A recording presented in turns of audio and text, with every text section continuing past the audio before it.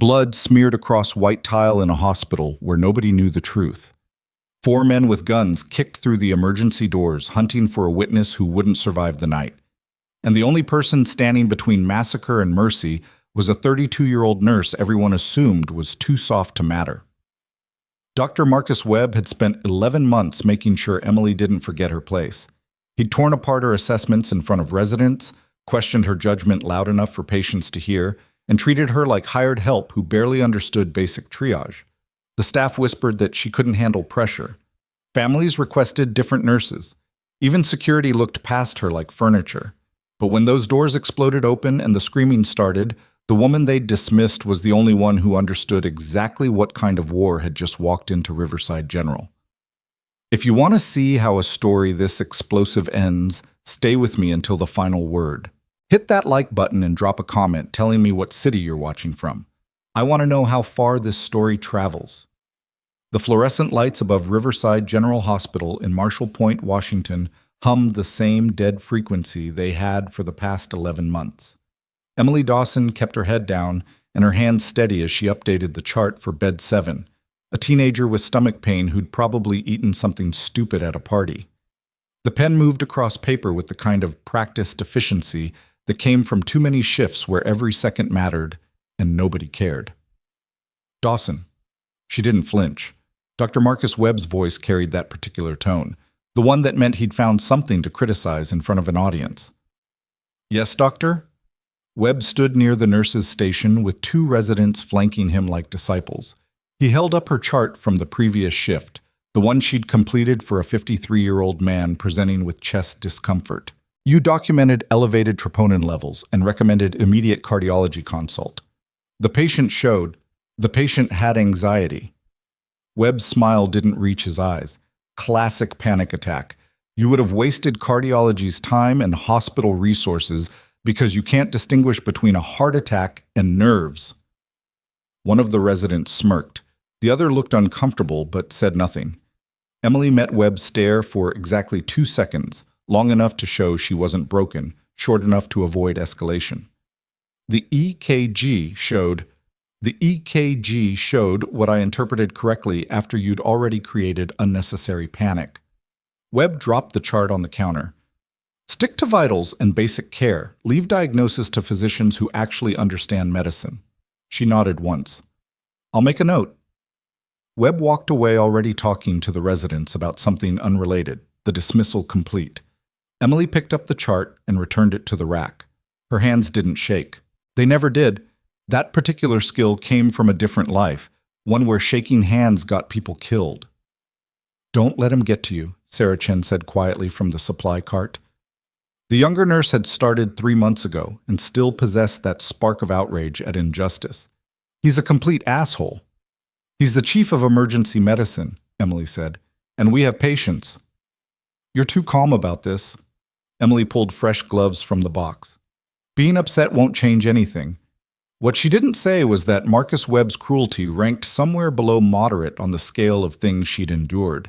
Compared to holding pressure on a femoral artery while mortar fire walked across a compound in Kandahar, his insults were white noise.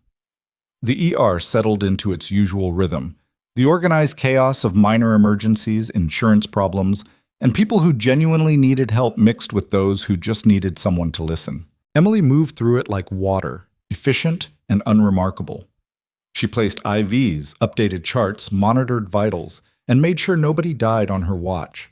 The work mattered even if the people around her didn't see past the quiet blonde woman in scrubs that had seen better days. Around 9 p.m., Jeremy Costa from security stopped by the nurse's station. He was young, maybe 25, and treated the job like babysitting with a uniform.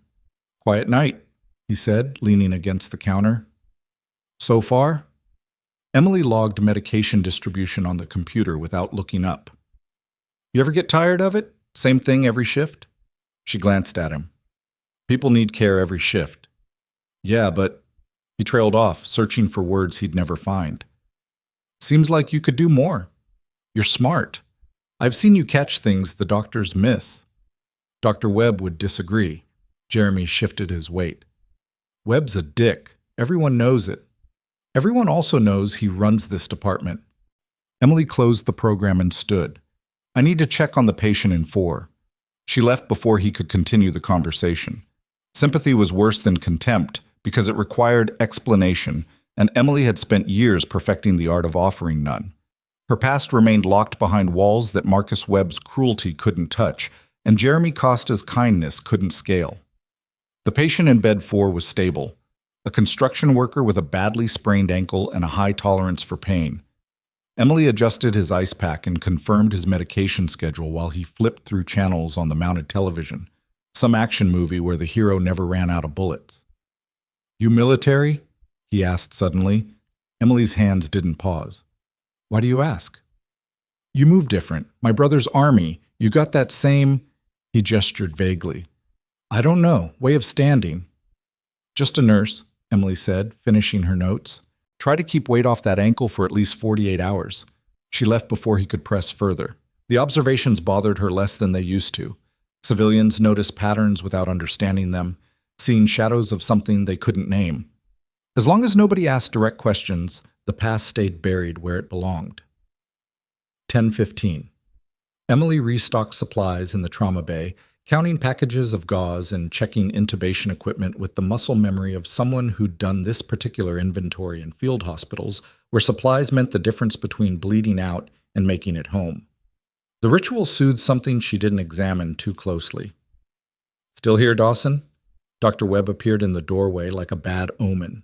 He'd changed into fresh scrubs, but still carried that air of superiority like cologne.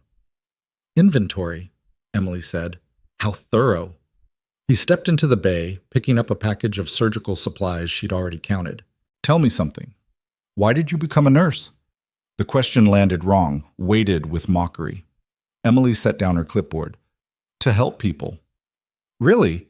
Because from where I stand, you seem content doing the bare minimum while collecting a paycheck." Webb examined the package like it held secrets.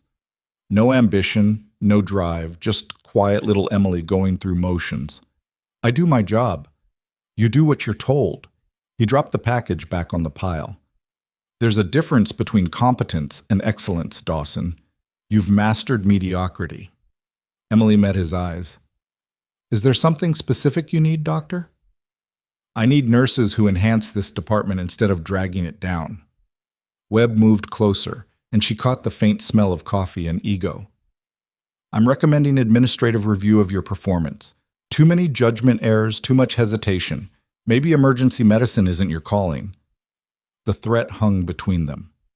Emily's pulse didn't spike. Her breathing didn't change. Those responses had been trained out of her in environments where panic killed faster than bullets. "I understand," she said.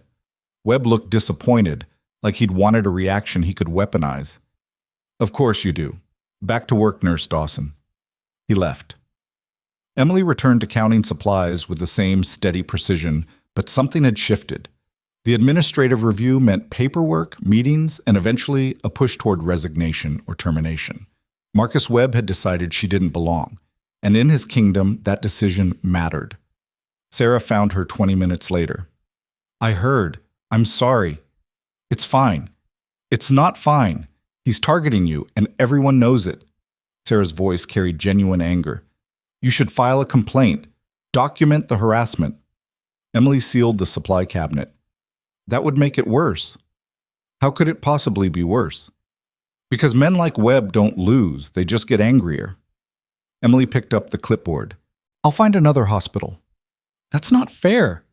"Fair doesn't matter." Emily walked toward the exit, then paused. "But thank you for being upset on my behalf." She meant it.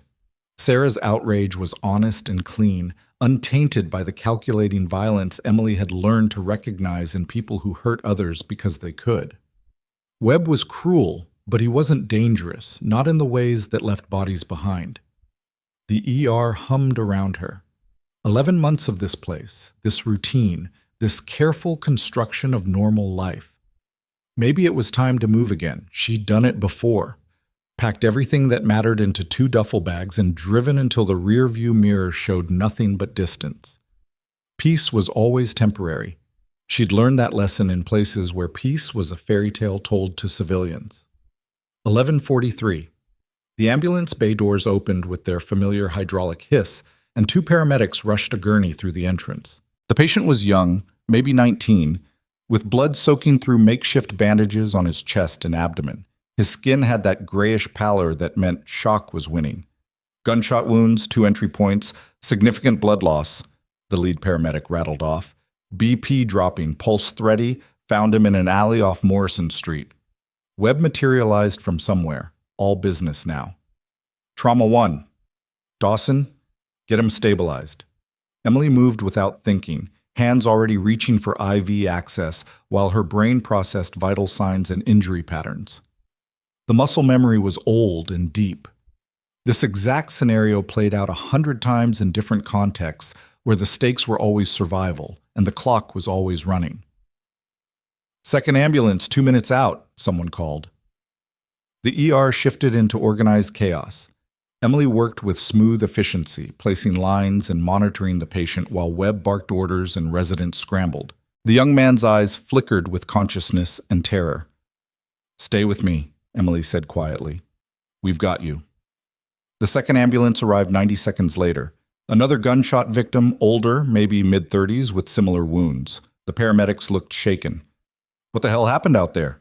Webb demanded. "Gang shooting near Morrison and 5th, the paramedic said.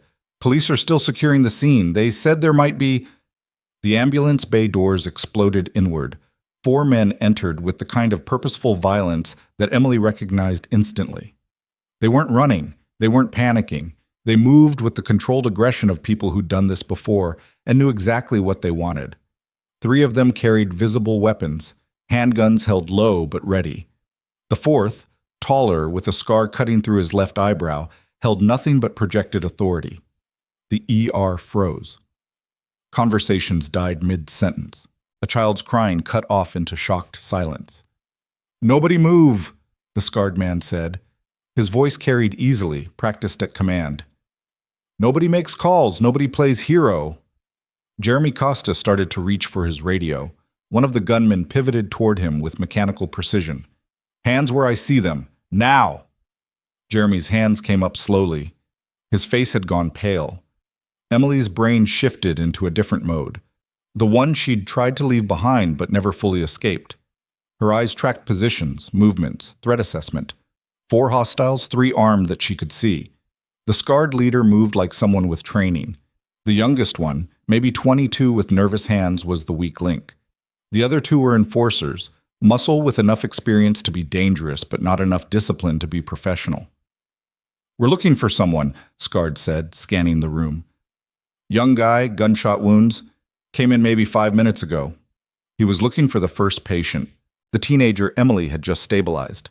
Webb stepped forward with the kind of authority that worked in boardrooms but meant nothing here. "You need to leave. This is a hospital." Scarred looked at him like he was furniture. "Where is he?" "I don't know who you're—" The gunman to Scarred's right moved forward and struck Webb across the face with the butt of his pistol. The chief of emergency medicine dropped hard, blood streaming from a split above his eye. Someone screamed. The young resident started forward, then stopped when a gun barrel pointed at his chest. "I'll ask one more time," Scarred said. "Then people start dying." Emily's hands remained steady at her sides. Her breathing stayed controlled. Every instinct from years of combat medicine was awake now, analyzing, calculating. The teenager they wanted was Marco Vega. She'd seen the name on his admission paperwork. He'd lost consciousness since arrival, currently in trauma 1 behind her. The youngest gunman was scanning faces, his weapon hand trembling slightly. Amateur, the kind who'd panic and shoot at shadows. The other enforcer had prison ink on his neck and dead eyes that said he'd done this before. The scarred leader was the real problem. He had the patience and control that came from experience. "Check the rooms," Scarred ordered. The enforcers started moving. Emily's mind raced through scenarios. Marco was maybe 30 seconds from being found. Once they had him, they'd kill him and probably eliminate witnesses. The police were coming. Someone had definitely triggered a silent alarm, but response time was at least 4 minutes. Too long. Sarah stood frozen near the nurse's station, her earlier outrage replaced with pure terror. Jeremy had his hands up, young and overwhelmed. Webb was on the floor, dazed and bleeding. The residents looked ready to faint. A mother clutched her daughter in the waiting area, both crying quietly. Emily made a decision. She took 3 steps toward the young gunman and spoke clearly. "He's already dead." Everyone looked at her. The young gunman's weapon swung toward her center mass. "What?" Scarred's attention focused completely on Emily. "The patient you want. He coded 2 minutes ago." Emily kept her voice level, conversational. "Too much blood loss. We couldn't save him." "You're lying. Check the trauma bay. We stopped working on him when you came in." Emily gestured toward Trauma 1. "If you know medicine, you'll see he's gone." The scarred man studied her with the kind of attention that came from sniffing out deception in environments where lies cost lives. Emily held his stare, gave him nothing, and used the oldest trick she knew: tell the truth sideways. Marco had coded briefly during stabilization. They'd brought him back, but Scarred didn't know that. "Show me," he said. Emily turned and walked toward Trauma 1 with perfect calm, aware of guns at her back and death maybe 3 seconds away if this went wrong. She pushed through the door into the bay where Marco lay unconscious but alive, his monitors steady. Emily moved to the nearest crash cart and made a show of checking the defibrillator. "See for yourself," she said. Time of death was approximately 11:52. Scarred approached the bed.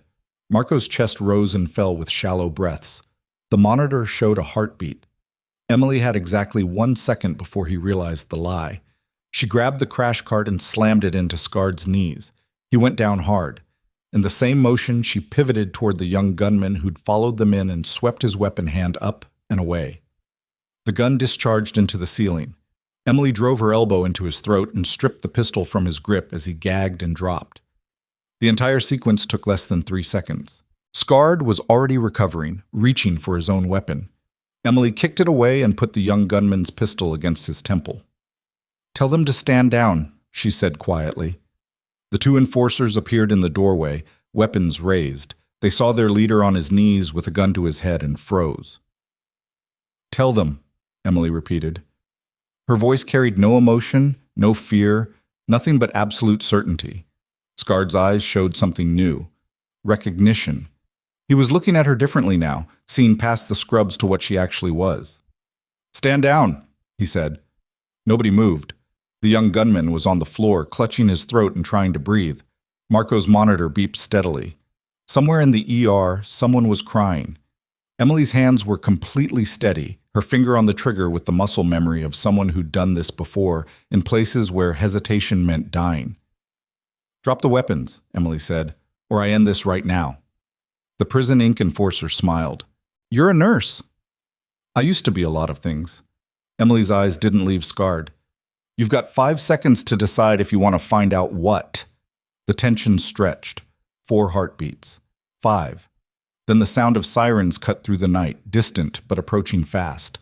Everything happened at once. The enforcers bolted for the exit. Scarred tried to grab Emily's weapon hand. She pivoted, used his momentum against him, and drove him face first into the floor with enough force to stun. The young gunman was still gasping on the ground, no longer a threat. Emily stood, the pistol steady in her hands, and watched Scarred struggle to focus through the pain. "Don't move," she said. Police flooded the ER 30 seconds later, tactical units with rifles and shields, moving with the kind of precision that meant they'd been preparing for the worst. They found Emily standing over 2 suspects with a gun she handled like someone who'd been trained by professionals. "Drop the weapon," an officer shouted. Emily set the pistol down slowly and raised her hands. "Nurse Emily Dawson." The other 2 suspects fled through the ambulance bay. One has prison tattoos on his neck, the other is approximately 6'2", wearing a black jacket. The officer blinked at the precise report, then gestured for her to step back. Emily moved away from Scarred and the young gunman as officers secured them both. The ER was a disaster. People crying, Webb still bleeding on the floor, equipment scattered everywhere. "Ma'am, we're going to need a statement," the officer said, "after I stabilize my patient." Emily moved back to Marco's bedside and checked his vitals. His pressure was dropping again. "I need a surgical consult immediately. He's bleeding internally." For a moment, nobody moved. Then Webb's voice cut through, weak but present. "Someone get surgery down here. Now." The ER lurched back into motion. Sarah appeared at Emily's side, her hands shaking but her voice steady. "What do you need?" "Fresh O-neg, 2 units, and get Dr. Webb looked at." "I'm fine," Webb said from the floor. He wasn't, but that was a problem for later. The next hour blurred into controlled chaos. Surgeons arrived and took Marco to the OR. The 2 captured gunmen were taken into custody.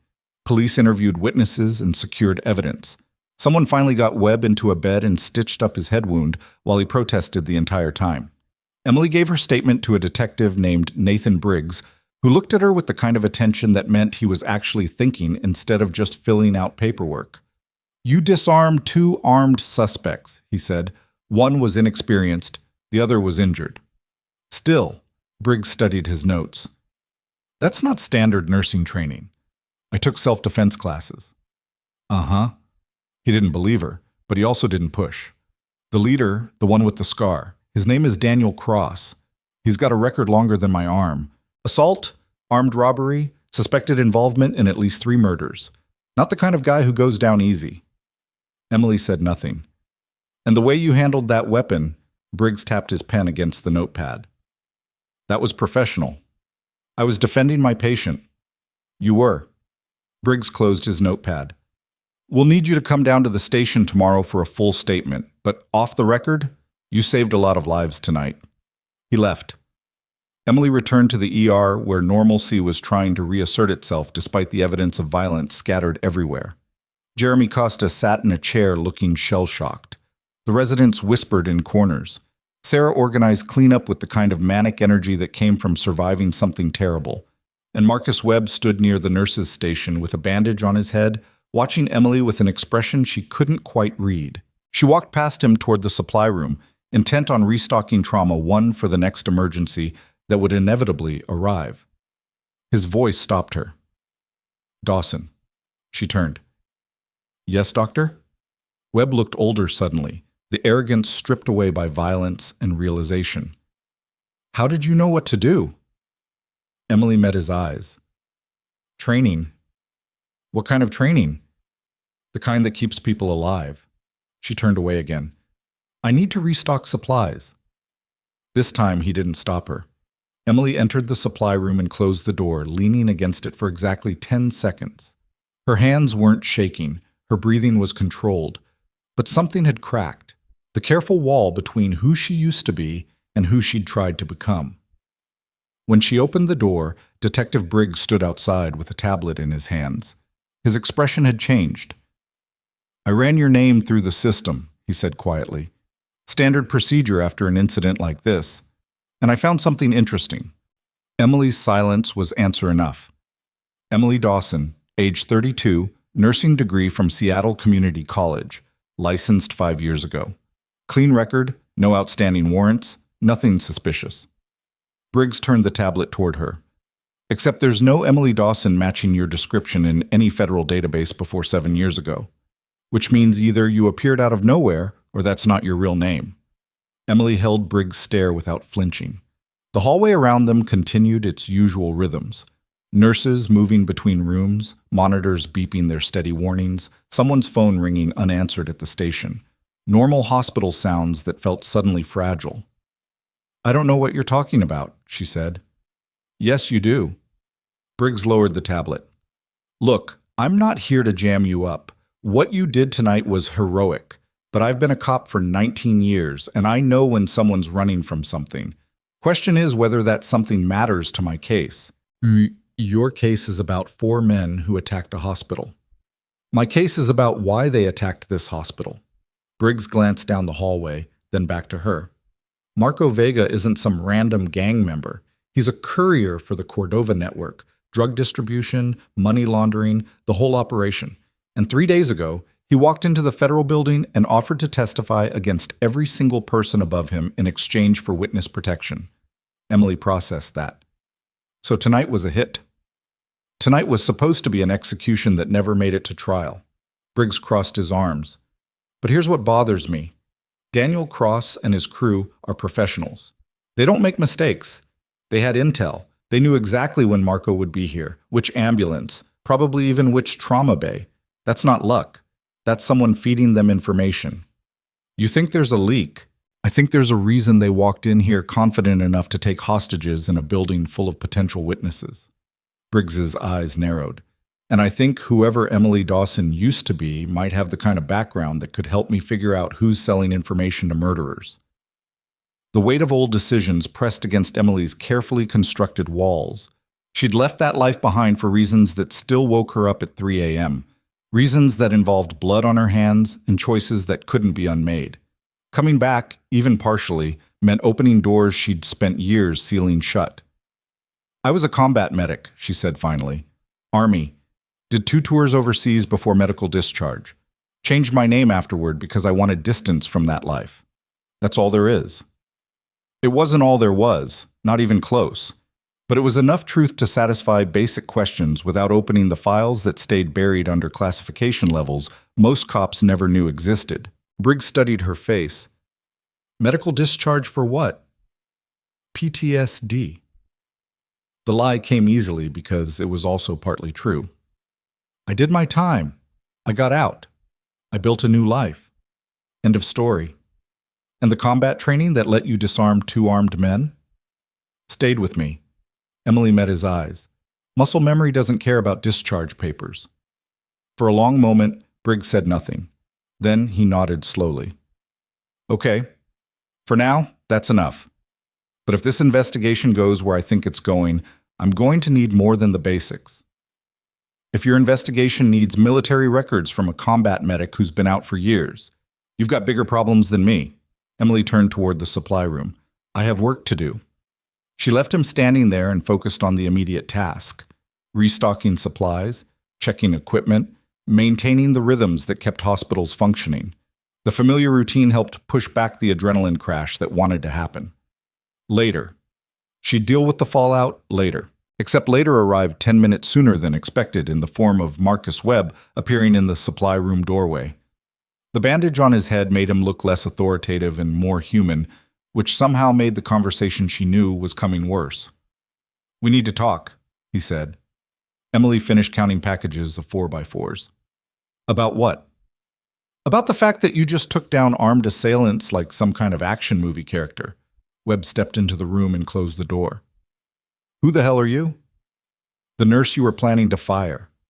I'm serious, Dawson. So am I. Emily faced him directly. You spent 11 months telling me I was incompetent, soft, mediocre. And tonight when bullets started flying, you froze. So maybe the question isn't who I am. Maybe it's whether you actually know how to judge people at all. Webb's jaw tightened. That's not fair. You're right. Fair would be me filing formal complaints about hostile work environment, targeted harassment, and abuse of authority. Fair would be documenting every time you've undermined me in front of staff and patients. Fair would be making sure the hospital board knows their chief of emergency medicine creates toxic conditions that drive away competent nurses. Emily kept her voice level. But I don't do fair. I just do the job. You could have told someone about your background. Why? So you could use it as another reason I don't belong? Emily returned to counting supplies. My past isn't anyone's business. My performance is. And you judge that performance based on your own insecurities, not reality. Webb was silent for several seconds. When he spoke again, his voice had lost its edge. You're right. I was wrong about you. Yes. That's it? Just yes? Emily set down her clipboard. What do you want, doctor? An absolution speech where I tell you it's okay and we can move forward? You made my life miserable for almost a year because it made you feel powerful. You don't get to feel better about that just because circumstances forced you to see what was always there. I'm trying to apologize. You're trying to feel less guilty. Emily picked up a box of supplies. There's a difference. She left him standing there and returned to the organized chaos of the ER, where normal crises continued despite the violence that had torn through an hour earlier. A child with a broken arm. An elderly woman with chest pain. A college student who'd gotten drunk and needed stitches. The work didn't stop because 4 men with guns had turned the night into something else. Sarah intercepted her near the nurse's station. Are you okay? I'm fine. Emily, you held a gun to someone's head. I defended a patient. Emily pulled up charts on the computer. Is the woman in bed 9 still waiting on X-ray results? Yes, but Then let's focus on that. Sarah looked like she wanted to argue, but a new ambulance call came through and the moment passed. Emily spent the next 2 hours working with the kind of focused intensity that kept thoughts away. Every IV placement, every vital sign check, every medication administration became a meditation on the present tense. The past could wait. The future didn't matter. Right now, someone needed care. At 3 a.m., Jeremy Costa found her in the break room. His eyes were red-rimmed and his hands shook slightly as he poured coffee that would taste like burnt regret. "I couldn't move," he said suddenly. "When they came in, I just froze." Emily looked up from her own coffee. "You didn't get anyone killed. That's what matters. You moved. You stopped them. I had different training." "It's more than that." Jeremy sat down heavily. "I'm supposed to be security. I'm supposed to protect people. And when it mattered, I was useless." Emily studied the young man across from her, barely out of college, working a job that usually meant checking badges and escorting out drunk patients. Nothing in his background had prepared him for armed assailants hunting witnesses. "You know what I learned overseas?" she said quietly. "The first time someone shoots at you, your body doesn't care about training or duty or any of that. It just wants to survive. You didn't run. You didn't make it worse. That's better than most people manage.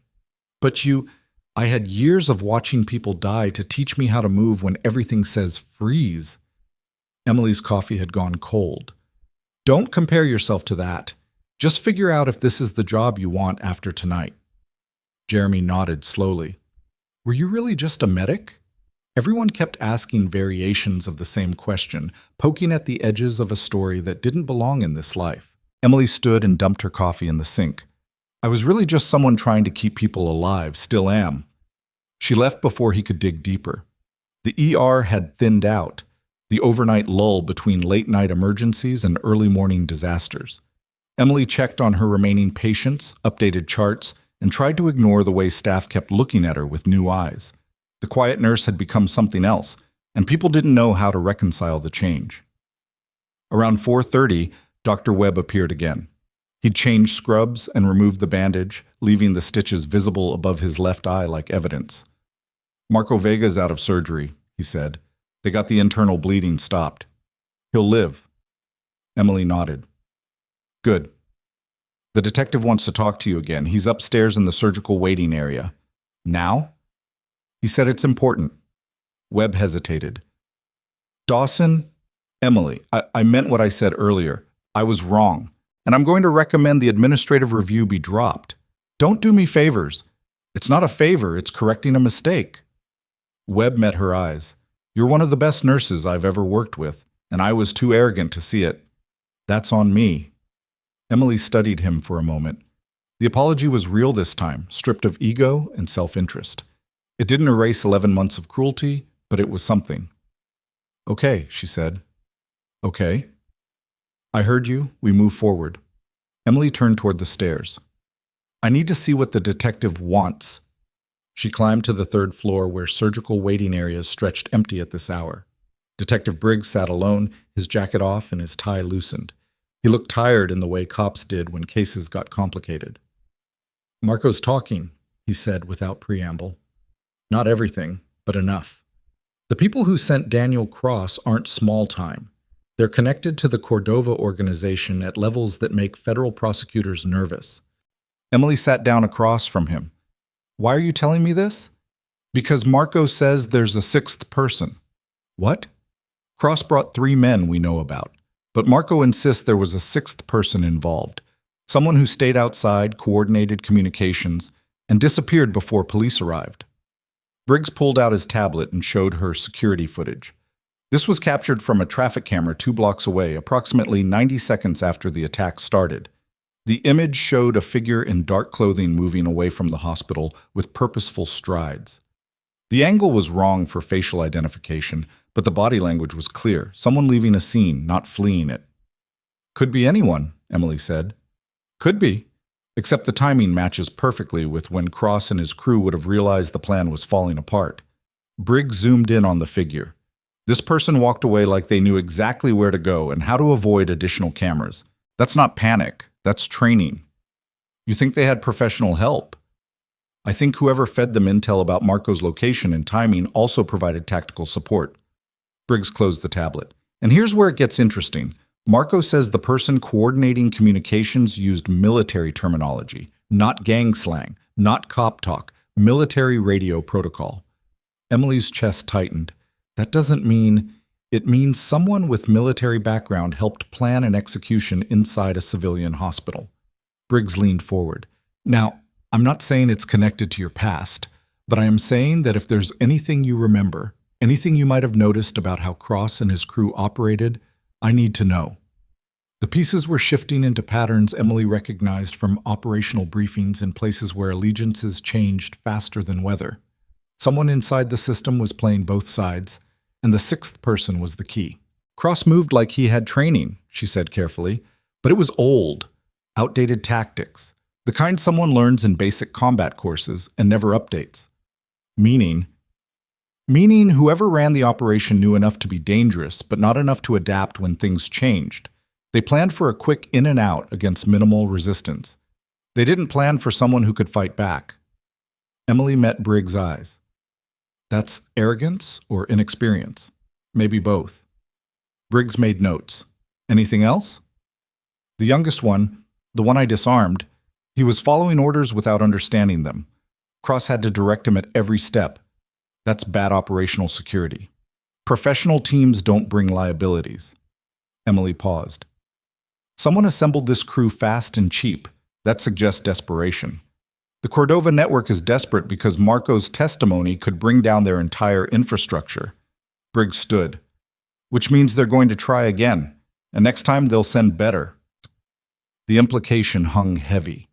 Emily had bought Marco time, but time was just another countdown to the next attempt. You need to move him, she said, already in motion. Federal marshals are taking custody in approximately 3 hours. He'll be in a secure facility before sunrise. Briggs put on his jacket. But I need you to be careful. If there is a sixth person, and if they think you can identify them, you become a problem that needs solving. Emily almost laughed. The idea that she'd become the target was grimly familiar, just another variation on patterns she'd lived through in combat zones where everyone was a potential threat, and survival meant staying 3 steps ahead of whoever wanted you dead. I'll be careful, she said.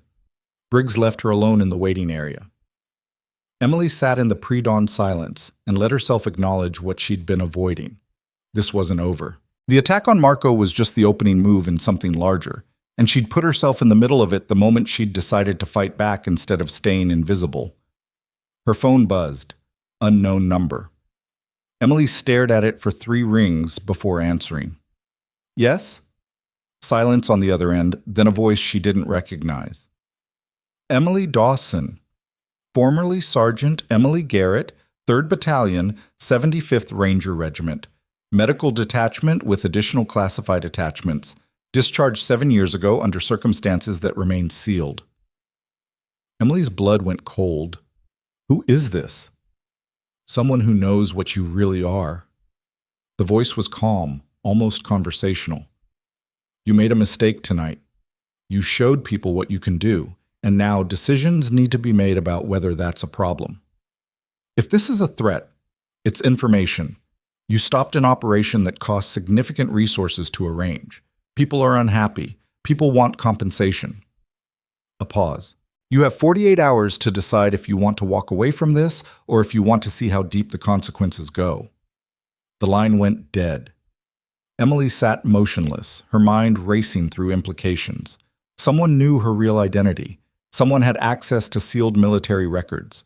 Someone was connected enough to both the Cordova network and her classified past to threaten her with information that shouldn't exist outside secure databases. The sixth person wasn't just a coordinator. They were embedded in systems with access to federal records.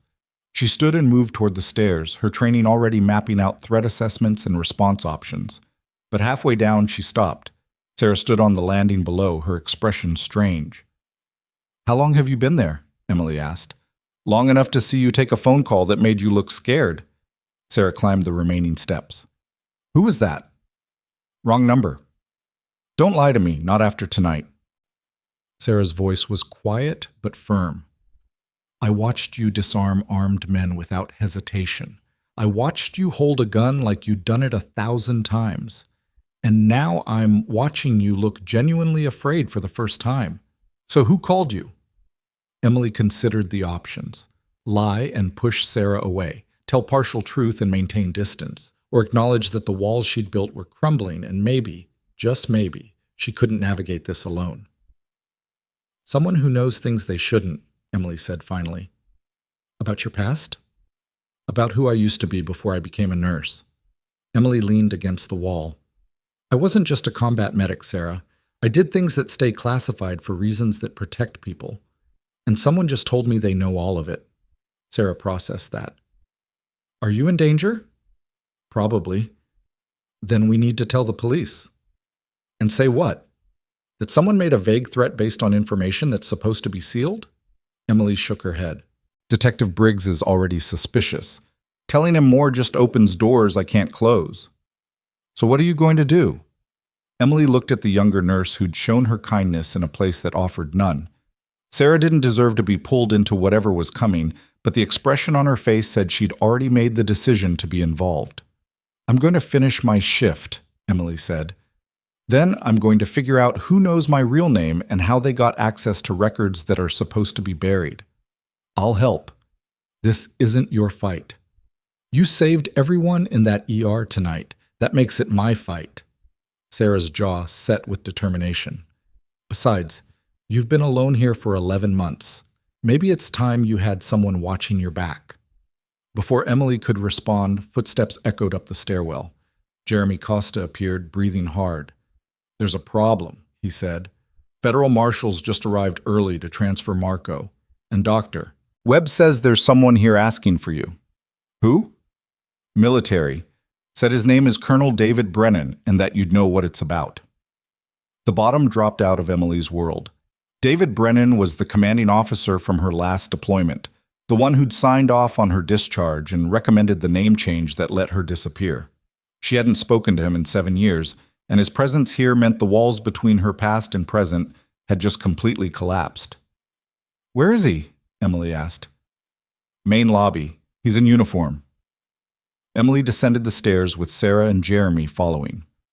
The ER had started to fill with early morning patients, but a cleared space near the entrance showed where a military officer in dress uniform stood waiting. Colonel Brennan looked older, more gray in his hair, deeper lines in his face, but his posture was the same ramrod straight bearing that had commanded respect in war zones. He saw Emily and his expression shifted into something complicated. Sergeant Garrett.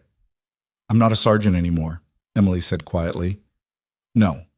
You're a nurse who just happened to take down a tactical assault team with the kind of precision that raised flags at every intelligence agency monitoring this hospital. Brennan glanced around at the watching staff. Is there somewhere we can talk privately?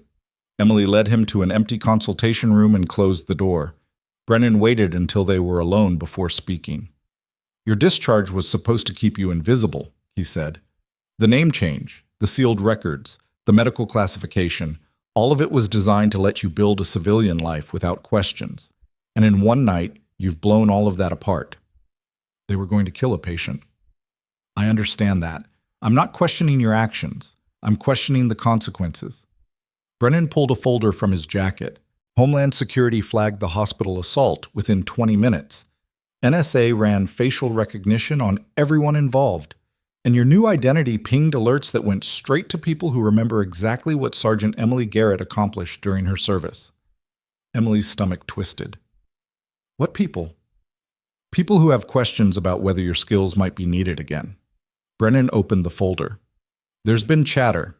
Communications intercepts suggesting the Cordova network has connections to international trafficking operations that cross into national security territory.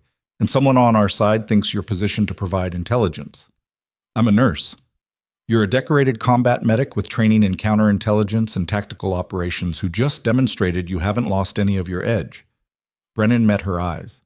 They want you to go active again. Embed yourself in the investigation.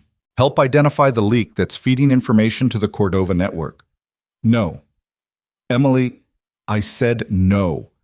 I left that life because it was killing me, because I'd seen enough people die and made enough impossible choices. Emily's voice stayed level through pure force of will. I became a nurse to save lives, not to play spy games for agencies that will burn me the second I'm not useful. Brennan was quiet for a moment. What if I told you the leak is someone you know? Emily went still. What? The intelligence suggests someone with medical access and military connections. Someone who could provide patient information and coordinate timing. Brennan pulled out a photograph. Someone like Dr. Marcus Webb. The accusation hit like physical force. Emily stared at the photo showing Webb in what looked like surveillance footage, meeting with someone in a parking garage. That's not possible, she said. Why? Because he's a doctor? Because he runs this ER? Brennan's expression was grim. Webb has gambling debts approaching $200,000. His ex-wife is suing for unpaid alimony, and 3 weeks ago he had dinner with a man we've identified as a mid-level Cordova operative. Emily's mind raced back through 11 months of interactions.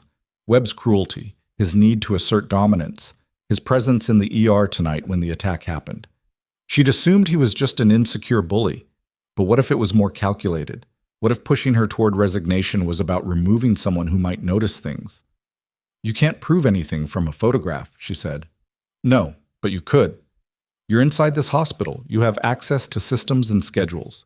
And after tonight, you have credibility with the detective investigating the attack. Brennan leaned forward. Help us prove Webb is the leak, and you can go back to your civilian life. Refuse, and this investigation will eventually expose you anyway. It was a trap dressed as an opportunity, and Emily recognized the manipulation tactics from her military service. They weren't asking, they were maneuvering her into position where refusal meant worse consequences. And if I say no anyway? Then your sealed records stay sealed, but you'll be under surveillance for the foreseeable future. Every patient you treat, every conversation you have, every movement you make will be monitored by people who don't trust loose ends. Brennan closed the folder. I'd rather not see that happen to you. Emily looked at the man who'd once commanded her in combat zones where every mission carried body counts and moral compromise. He wasn't lying about the surveillance. That was how these agencies operated. If they couldn't recruit you, they controlled you. How long? She asked. 72 hours. Prove Webb is the leak or prove he's clean. After that, the investigation moves forward without you. And if he's not the leak? Then we have bigger problems. Brennan stood. I need an answer, Emily. She thought about Marco Vega fighting for his life upstairs, about Sarah and Jeremy and all the patients who'd been caught in crossfire tonight, about the phone call threatening her with consequences if she didn't walk away, about the fact that walking away meant leaving questions unanswered and threats unresolved. 48 hours, Emily said. I'll give you 48 hours, but after that I'm done. No surveillance, no recruitment, no more visits from my past. Brennan extended his hand. Deal. Emily shook it, sealing herself into an agreement she'd probably regret. Brennan left through the main entrance, and Emily returned to the ER, where her shift was technically over, but leaving felt impossible. Sarah intercepted her near the supply room. What did he want? To remind me that the past never stays buried as deep as you hope. Emily pulled off her badge. I need to go home. Can you cover my patients for sign-out? Of course, but Emily... Sarah hesitated. Be careful. Whatever's happening, it's bigger than just tonight. Emily nodded and left through the staff exit into the gray pre-dawn light. Her car sat in the far corner of the parking lot, exactly where she'd left it 14 hours ago, when the night had been normal. She was halfway across the lot when she noticed the detail that didn't belong. A white envelope tucked under her windshield wiper. Emily approached slowly, scanning the parking lot for threats.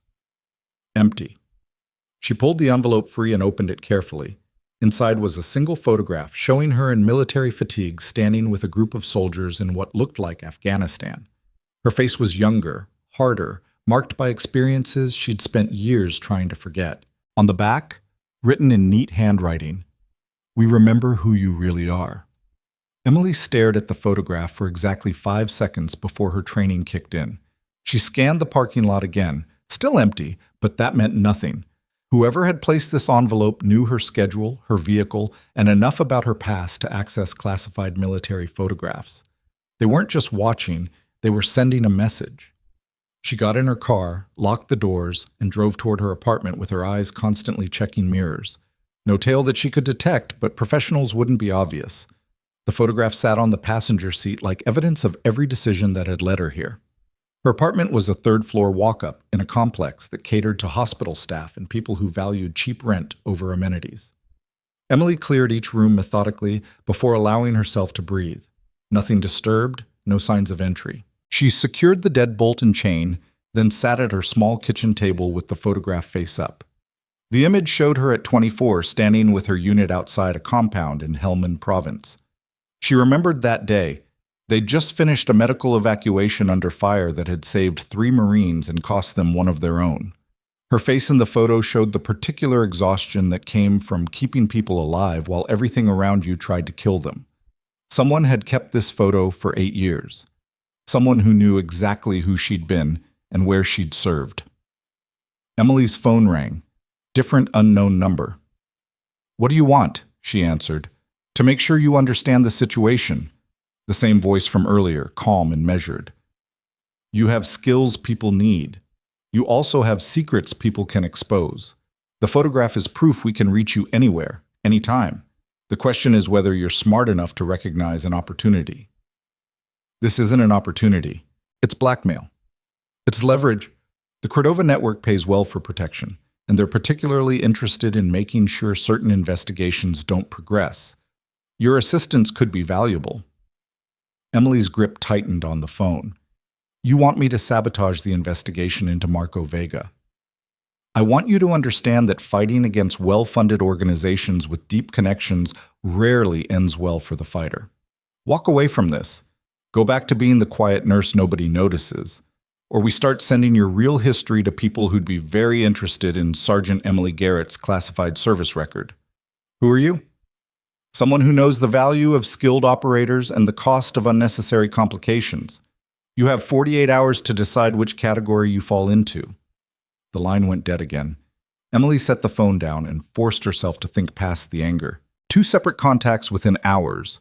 Colonel Brennan offering recruitment and an unknown voice offering corruption. Both knew her real identity. Both wanted to use her. The difference was Brennan had come in person, while this second contact hid behind anonymity. That pattern suggested Brennan's offer was official, authorized, while the second was someone operating outside proper channels. Someone with access to classified information who was willing to sell it to criminal networks. Someone like the leaked Detective Briggs was hunting. Emily pulled out her laptop and spent the next 90 minutes doing research that would have been impossible without her military training. She accessed public databases, cross-referenced hospital employment records, and mapped financial transactions using techniques learned in intelligence briefings. Dr. Marcus Webb's gambling debts were real. She found court records of liens and settlements. His divorce was messy and expensive, but the photograph Brennan had shown her didn't prove corruption. It proved Webb had bad judgment about who he met with. She needed more. At 7 a.m., Emily showered and changed into fresh clothes. Sleep wasn't happening, and sitting still meant thinking about threats she couldn't immediately counter. Instead, she drove back to Riverside General and entered through the staff entrance like she was picking up an extra shift. Sarah was still there, looking exhausted but functional. "I thought you went home." "Couldn't sleep. Figured I'd help with the morning rush." Emily pulled on a fresh pair of scrubs from her locker. "How are the patients?" "Stable. Marco Vega got transferred out an hour ago. Federal marshals took him in an armored convoy that looked like something from a movie." Sarah lowered her voice. "Dr. Webb has been asking about you." "What kind of asking?" "The kind where he wants to know if you're coming back today and seems worried about the answer." Sarah hesitated. "Emily, is he involved in what happened last night?" The question was too perceptive for comfort. Emily finished changing and closed her locker. "Why would you think that?" "Because he was in the ER when those men arrived. Because he seemed to know exactly what they wanted before they said it. And because when you held that gun to Daniel Cross, Webb looked scared in a way that didn't match the situation." Sarah crossed her arms. "I've worked with him for 3 years. I know when he's lying." Emily studied the younger nurse who was proving to be far more observant than anyone gave her credit for. "If I asked you to watch him, could you do it without being obvious?" "Watch him how?" "Who he talks to. Who he calls." Whether he goes anywhere unusual during his shift. Emily kept her voice low. And if he accesses patient records he shouldn't be looking at. Sarah's eyes widened. You think he's the leak? I think someone with medical access fed information to the people who attacked Marco. And I think Webb is either that person or knows who is. Emily glanced toward the ER entrance. But I can't prove it without evidence. I'll help. Sarah pulled out her phone. I have access to the audit logs for patient records. If Webb or anyone else accessed Marco's file before the attack, it'll show timestamps and user IDs. Can you pull those without flagging attention? I'm the one who runs reports for compliance audits. Nobody questions when I access the system. Sarah was already typing. Give me 20 minutes. Emily returned to the ER floor where morning shift change was creating controlled chaos. New nurses arriving, night shift departing, patients being moved or discharged or admitted. Dr. Webb stood near the central station reviewing charts with the kind of focus that looked normal but felt performative. He saw Emily, and his expression shifted through several emotions too quickly. Surprise, relief, concern, something that might have been guilt. Dawson, didn't expect you back today. Couldn't stay away. Emily pulled up a patient chart on the nearest computer. Anything urgent? Standard morning cases, nothing we can't handle. Webb moved closer, lowering his voice. About last night and this morning, I meant what I said. I was wrong about you. You already apologized. I know, but I need you to understand that I'm going to make this right. The administrative review is dead. I'm recommending you for a senior nursing position that comes with better pay and scheduling authority. Webb's voice carried genuine contrition. You deserve recognition for what you did. Emily met his eyes and saw desperation there. A man trying too hard to make amends, offering rewards that felt disproportionate to the offense. Classic behavior for someone managing guilt about larger betrayals.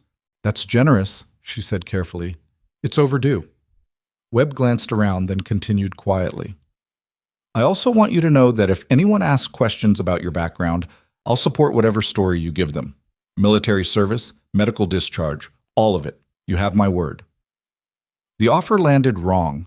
Emily's training had taught her to recognize when people were building plausible deniability, offering support that could later be framed as ignorance if consequences arrived. Webb wasn't just apologizing, he was protecting himself. Why would anyone ask questions? Emily asked. After what happened? The police, hospital administration, maybe even media? Webb's smile didn't reach his eyes. I just want you to know you have allies here. He walked away before Emily could respond.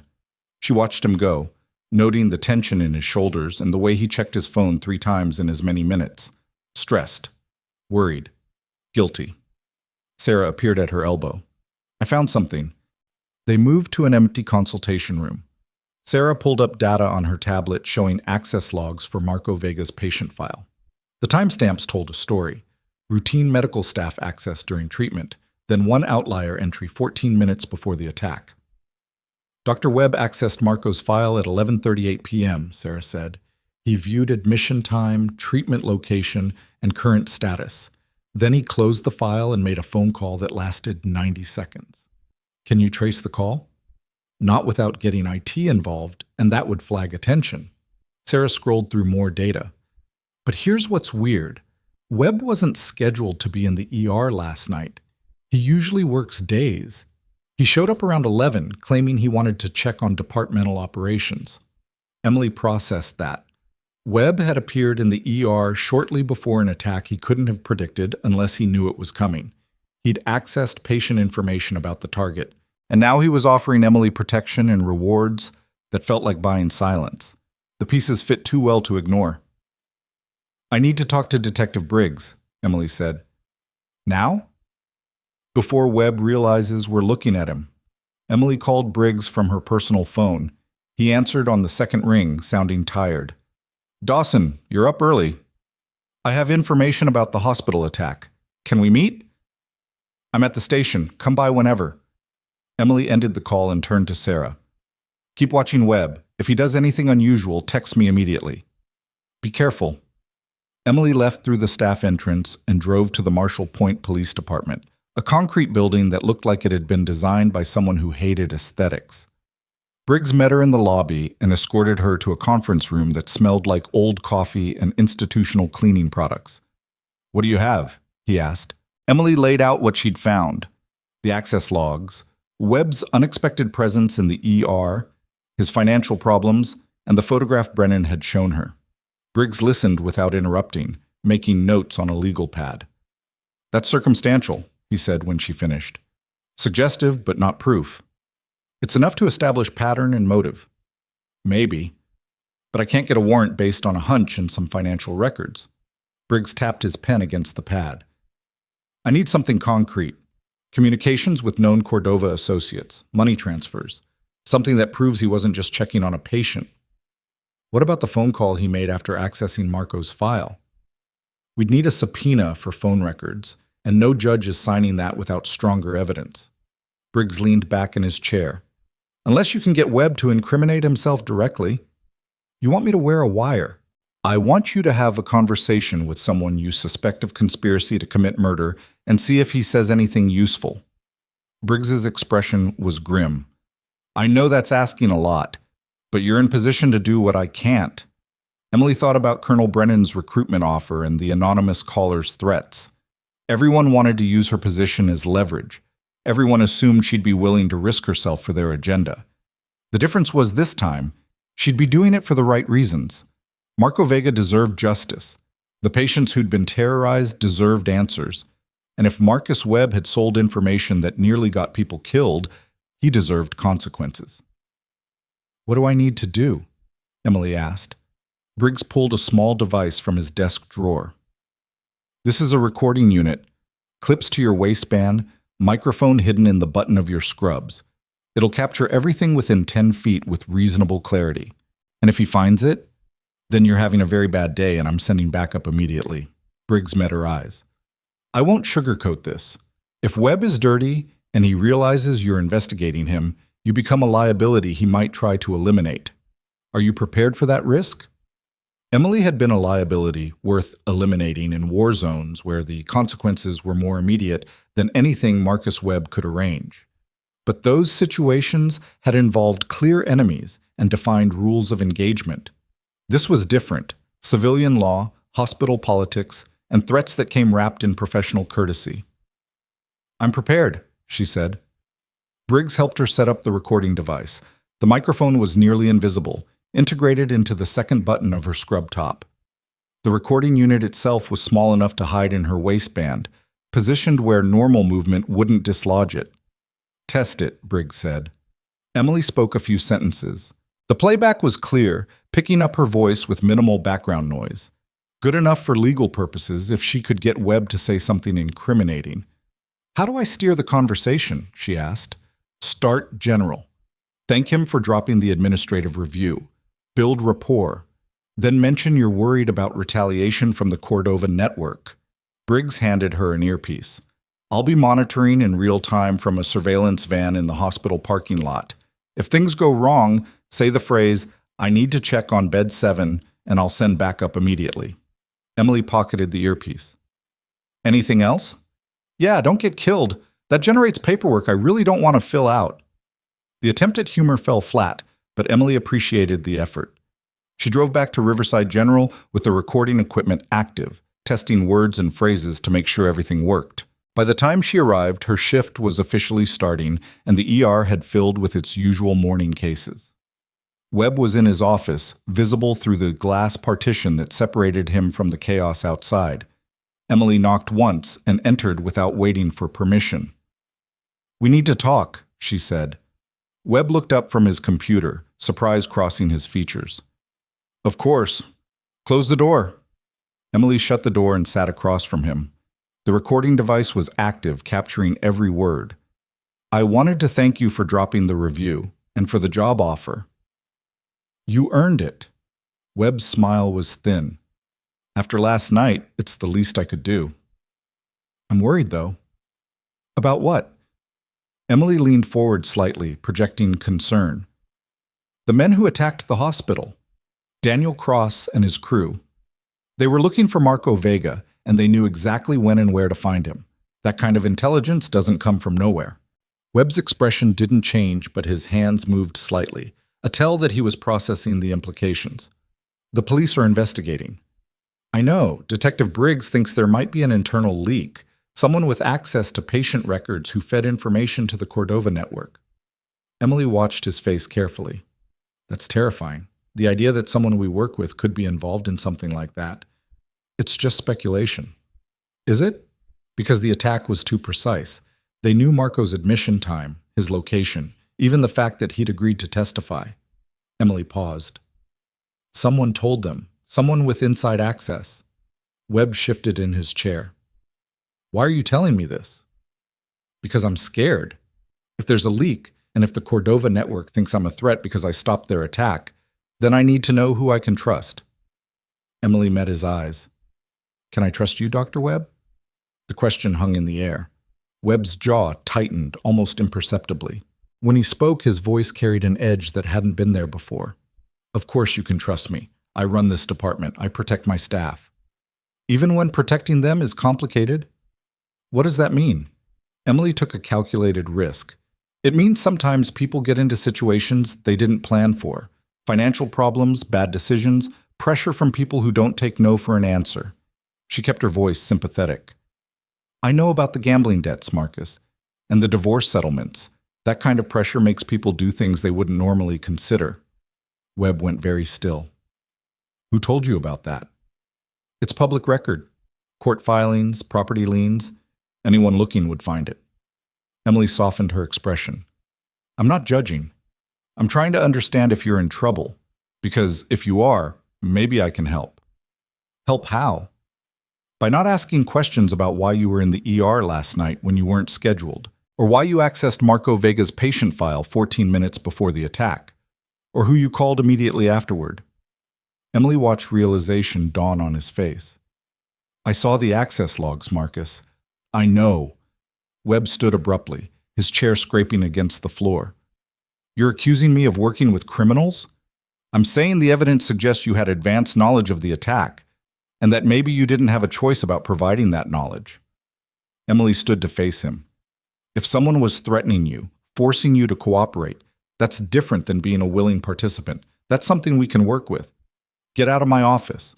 Marcus, I said get out. Webb's voice rose. You have no idea what you're talking about. No idea what's actually happening here. Emily stayed calm. Then tell me. Help me understand. For a moment, Webb looked like he might break. His face showed the particular desperation of someone trapped between bad options with no clear escape. Then his expression hardened. You want to know what's happening? Fine. Yes, I accessed Marco's file. Yes, I made a phone call, because I was told that if I didn't provide that information, my daughter would be hurt. Webb's voice cracked slightly. She's 15 years old and lives with my ex-wife in Seattle. And 3 weeks ago, someone showed me photographs of her walking to school, sitting in class, having coffee with friends. They knew her schedule, they knew everything, and they said if I didn't cooperate, she'd disappear. Emily felt her certainty waver. Who threatened you? I don't know. Phone calls from blocked numbers, emails from anonymous accounts. They knew about my debts, my divorce, every mistake I've ever made. Webb collapsed back into his chair. They said all I had to do was provide patient information when they asked. Just simple data. Admission times, treatment locations, nothing that would directly hurt anyone. But it did hurt someone. It nearly got Marco Vega killed. I know. Webb's voice was barely above a whisper. I know what I did. But what was I supposed to do? Let my daughter get kidnapped? Killed? She's my child, Emily. I couldn't... He stopped, breathing hard. The recording device was capturing everything. Emily's training said to push harder, get more details, extract a full confession. But something else, the part of her that had become a nurse to help people instead of hurt them, recognized genuine anguish when she saw it. We need to tell Detective Briggs, she said gently. And say what? That I helped criminals attack a hospital because they threatened my family? I'll lose my medical license, go to prison, and my daughter will still be in danger because the Cordova network doesn't forgive people who talk to police. You don't have options here, Marcus. Either you cooperate with law enforcement and they protect your daughter, or you keep quiet and eventually this destroys you anyway. Webb laughed bitterly. You think the police can protect her? You think they can stop an organization with resources and reach that makes local law enforcement look like children playing dress-up? He shook his head. The only thing keeping her safe right now is my continued cooperation. Emily's earpiece crackled softly, Briggs listening to every word. She made a decision that probably violated half the instructions she'd been given. What if I told you there's another option? Webb looked up. What option? People who can actually protect your daughter, real protection, not just police promises. Emily sat down again. The federal government has resources that go beyond local departments. Witness protection, secure relocation, counter-surveillance operations. If you testify against the Cordova network and help identify who threatened you, they can make your daughter disappear in ways that even organized crime can't track. And I'm supposed to trust that? More than you trust criminals who've already proven they'll use your family as leverage whenever it's convenient. Emily leaned forward. You made a bad choice under terrible circumstances. But it's not too late to make a better one. Webb was silent for a long time. When he spoke, his voice carried resignation. They told me there'd be consequences if I talked. Permanent ones. For you or your daughter? Both. They were very clear about the order things would happen. Webb rubbed his face. I'm already dead. I just haven't stopped breathing yet. Emily's earpiece crackled again. Briggs' voice came through quietly. Tell him I'm outside. Tell him we can start the protection process immediately. Detective Briggs is here, Emily said. He's been listening, and he's ready to help if you're ready to talk. Webb looked at her with something between betrayal and relief.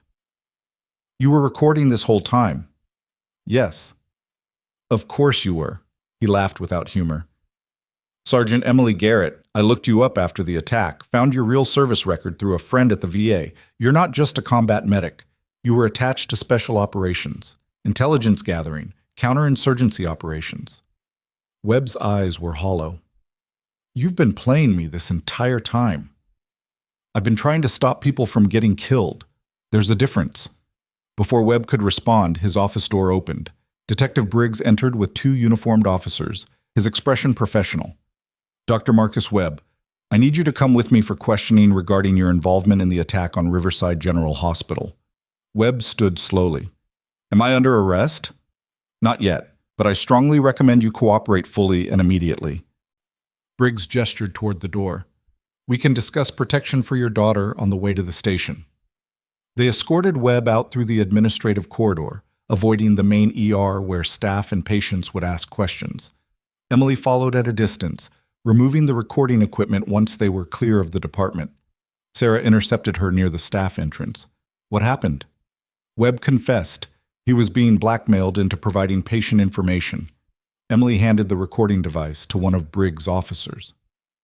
His daughter was threatened. Oh my God. Sarah's expression shifted from anger to sympathy. That's awful. It's complicated. Emily pulled off the microphone-equipped scrub top and changed into a regular shirt from her locker. He made terrible choices, but he made them for understandable reasons. What happens now? Before Emily could answer, her phone rang, the same unknown number from the morning calls. She answered on speaker so Briggs could hear. You made a mistake, the voice said without preamble. We told you to walk away. Instead, you just cost us a valuable asset and exposed operational security. Who is this? Emily asked. Someone who's done being patient with you. The voice hardened.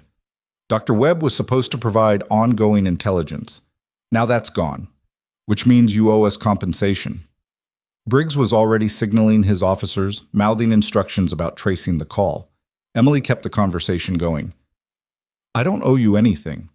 You owe us Marco Vega. He's in federal custody, but custody can be penetrated. You're going to help us find him. Not a chance. Then we'll go after targets you do care about. The voice paused. Sarah Richmond, age 27, lives alone in apartment 2B at Cedar Grove Residences. Jeremy Costa, age 25, lives with his mother at 847 Oakmont Drive. Should I continue? Emily's blood went cold.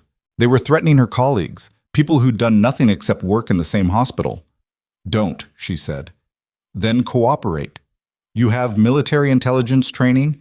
You have contacts in federal law enforcement. Use those resources to locate Marco Vega and provide us with his location within 24 hours, or we start eliminating people you know, starting with the pretty young nurse who seems to think you're worth protecting." The line went dead. Briggs lowered his radio, expression grim. "Trace got a general location, but not specific. The call came from somewhere in the downtown area, probably using a burner phone with routing through multiple towers." Emily's mind raced through threat assessment and response options. "They know too much. Patient records, staff addresses, my real identity. This isn't just the Cordova network. Someone with serious access is coordinating this." "The sixth person," Briggs said, "the one Marco mentioned. Someone with connections to both criminal organizations and federal databases." Sarah's face had gone pale. "They threatened me specifically?" "They threatened everyone close to me." Emily turned to Briggs. "You need to provide protection. Safe houses, security details, whatever it takes." "I can arrange that, but it'll take time to coordinate resources." Briggs pulled out his phone. "And we need to find this coordinator before they make good on the threats." Emily's earpiece, still active from the earlier surveillance, crackled with a different voice. "Colonel Brennan." "Sergeant Garrett, I've been monitoring the situation. We need to talk, immediately." "How are you on this frequency?" Emily demanded. "Because we've been running parallel surveillance on this investigation since last night, and the person threatening you just confirmed our worst suspicions." Brennan's voice carried urgency. "Meet me at the north parking structure, top level, 5 minutes, come alone." The transmission ended. Emily looked at Briggs. "Did you hear that?" "Yeah, and I don't like it. This whole thing is escalating too fast with too many players." Briggs holstered his weapon. "I'm coming with you." He said alone. "And I say I don't trust military intelligence operations that conveniently intersect with active criminal investigations." Briggs headed for the exit. "Let's go." They drove to the north parking structure in separate vehicles, Briggs in an unmarked police car, Emily in her own. The top level was empty except for a black SUV with government plates. Colonel Brennan stood beside it wearing civilian clothes instead of his uniform, which immediately told Emily this meeting was off books. Briggs parked but stayed in his vehicle, watching. Emily approached Brennan alone. "Talk," she said. "The person coordinating the Cordova Network's operations is someone you know, someone with military background and federal access who's been selling information to criminal organizations for at least 18 months. Brennan pulled out a tablet showing surveillance footage. Someone who was at Riverside General last night during the attack. The footage showed a figure in hospital scrubs, moving through corridors with purpose, avoiding cameras with the kind of spatial awareness that came from professional training. The angle was wrong for facial identification, but something about the movement pattern was familiar. "Who is it?" Emily asked. Brennan switched to a different image, a personnel file with a face that made Emily's stomach drop. Captain Jennifer Wade, former Army intelligence officer, currently employed as a consultant for Homeland Security with clearance levels that granted access to protected witness databases, classified military records, and federal investigation files. Emily had served with her in Afghanistan. They'd worked the same operations, shared the same briefings, trusted each other with their lives in environments where betrayal meant death. "That's not possible," Emily said. "It's confirmed. We've been investigating Wade for 6 months on suspicion of selling classified information. Last night's attack gave us the evidence we needed to prove it." Brennan's expression was hard. She accessed Marco Vega's protected witness file 3 hours before the hospital assault. She pulled your sealed military records 2 days ago, and she made calls to known Cordova associates from secured government phones using routing protocols designed to avoid detection. Emily felt the ground shift beneath her certainties. Why? Money. Lots of it.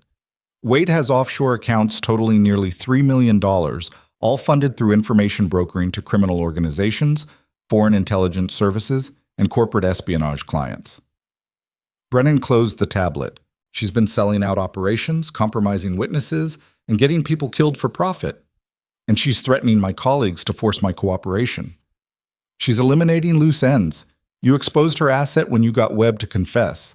Now she's trying to salvage the situation by either recruiting you or removing you. Brennan met Emily's eyes. "We need to bring her in, tonight, before she makes good on her threats or disappears completely." "How?" "She doesn't know we've identified her yet. She thinks she's still operating in shadow. We can use that." Brennan pulled out a phone. You're going to call her. Tell her you're willing to cooperate. Set up a meeting to discuss terms. And when she shows up, we'll be waiting. Emily looked at the phone. She'll see through that. Not if you sell it right. She knows you're protective of civilians. She knows you have military training that makes you valuable. Play to both those things. Tell her you'll help locate Marco Vega in exchange for guaranteed safety for your colleagues. Brennan's voice hardened. Make her believe you're making the practical choice to protect people you care about. It was a trap built on exploitation of character, using Emily's demonstrated willingness to protect others as bait. Jennifer Wade would recognize the logic because she'd worked with Emily long enough to know how she thought. What's the tactical setup? Emily asked. We'll have a sniper team, tactical support, and electronic surveillance. The meeting location will be isolated with multiple containment points. Wade won't have escape routes. Brennan gestured to the SUV. Full operational support, no civilian casualties, clean extraction. Emily thought about Sarah's face when the threats were made, about Jeremy's guilt from freezing during the attack, about all the patients who'd been caught in crossfire because people like Jennifer Wade decided profit mattered more than lives. Give me the phone, she said. Brennan handed it over. Emily dialed the number that had called her twice that morning, her voice steady as it connected. I'm listening, Wade's voice answered. This is Emily. I'm ready to talk about your offer. Wade's silence stretched for 3 seconds that felt longer. When she spoke again, her voice carried cautious interest. Smart choice. Where and when? The old Morrison Street warehouse district, Building 12, the one they were supposed to demolish last year but ran out of funding. Emily kept her tone flat, businesslike. 1 hour, just you and me. You think I'm stupid enough to walk into an ambush? I think you're smart enough to recognize when someone's making a practical decision. Emily glanced at Brennan, who was already signaling his team through a handheld radio. You want Marco Vega's location. I want guaranteed safety for people I care about. That requires face-to-face negotiation with someone who actually has authority to make promises stick.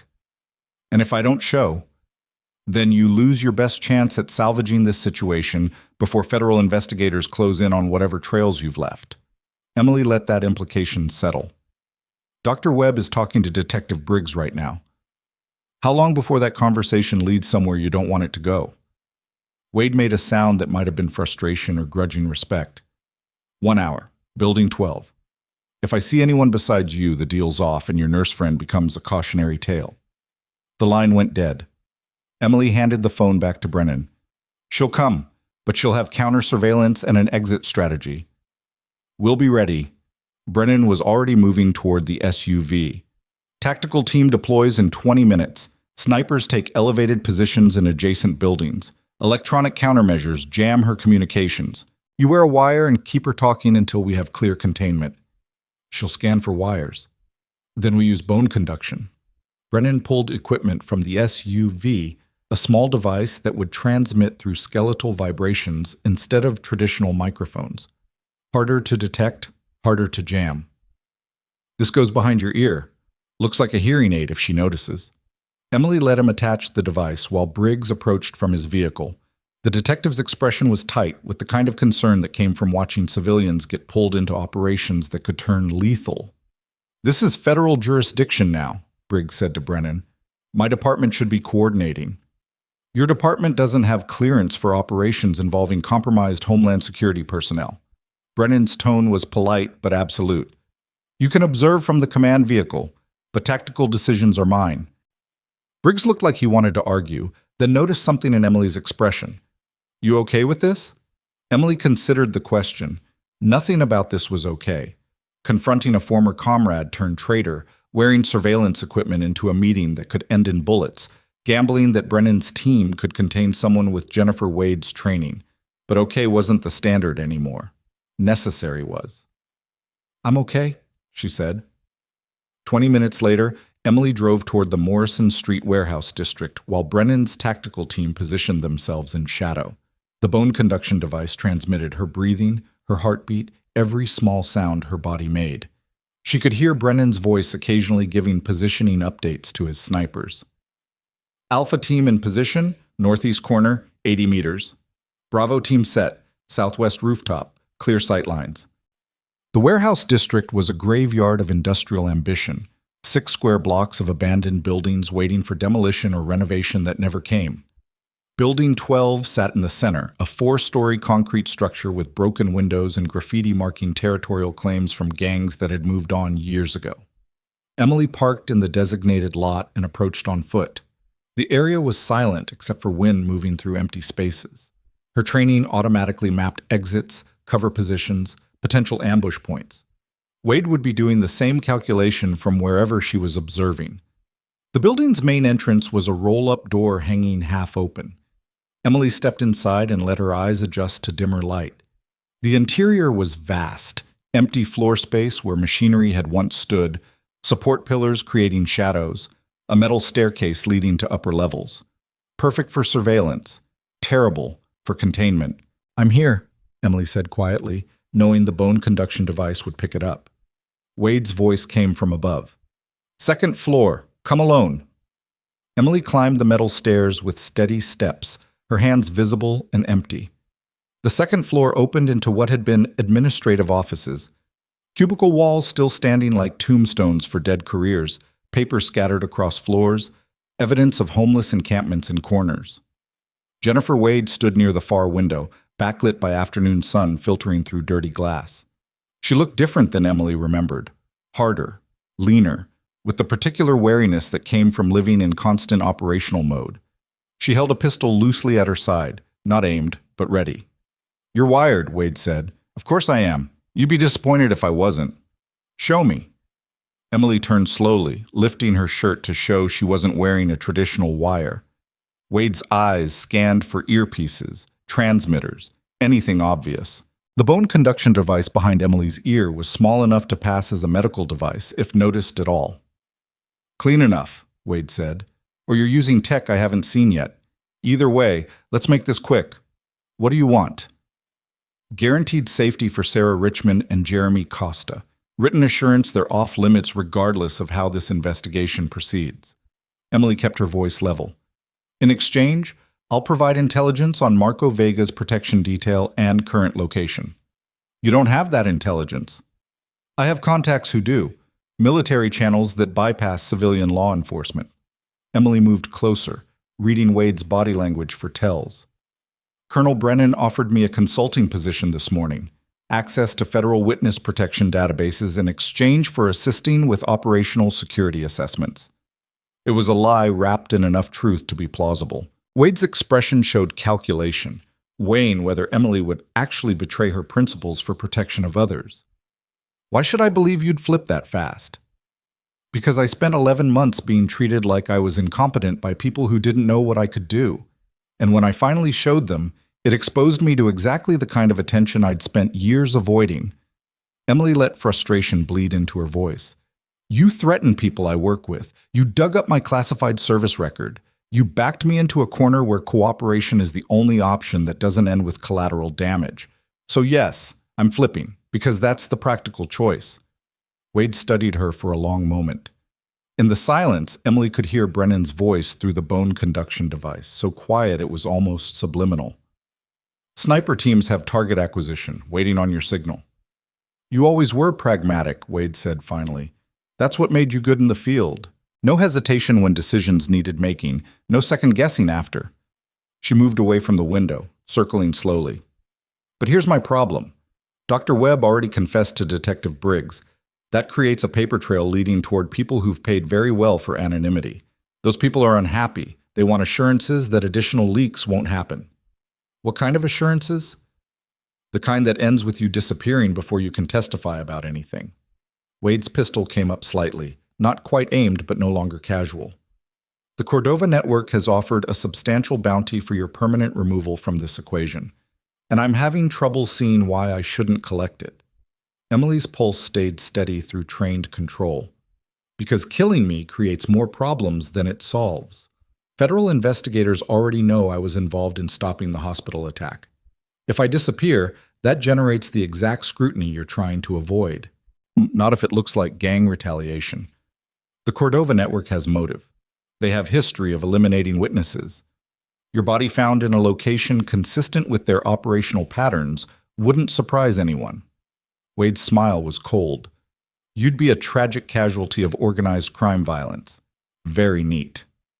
Through the bone conduction device, Brennan's voice carried urgency. Say the phrase, "We're moving in." Emily held Wade's stare. You're forgetting something. What's that? I'm not the same person you served with in Kandahar.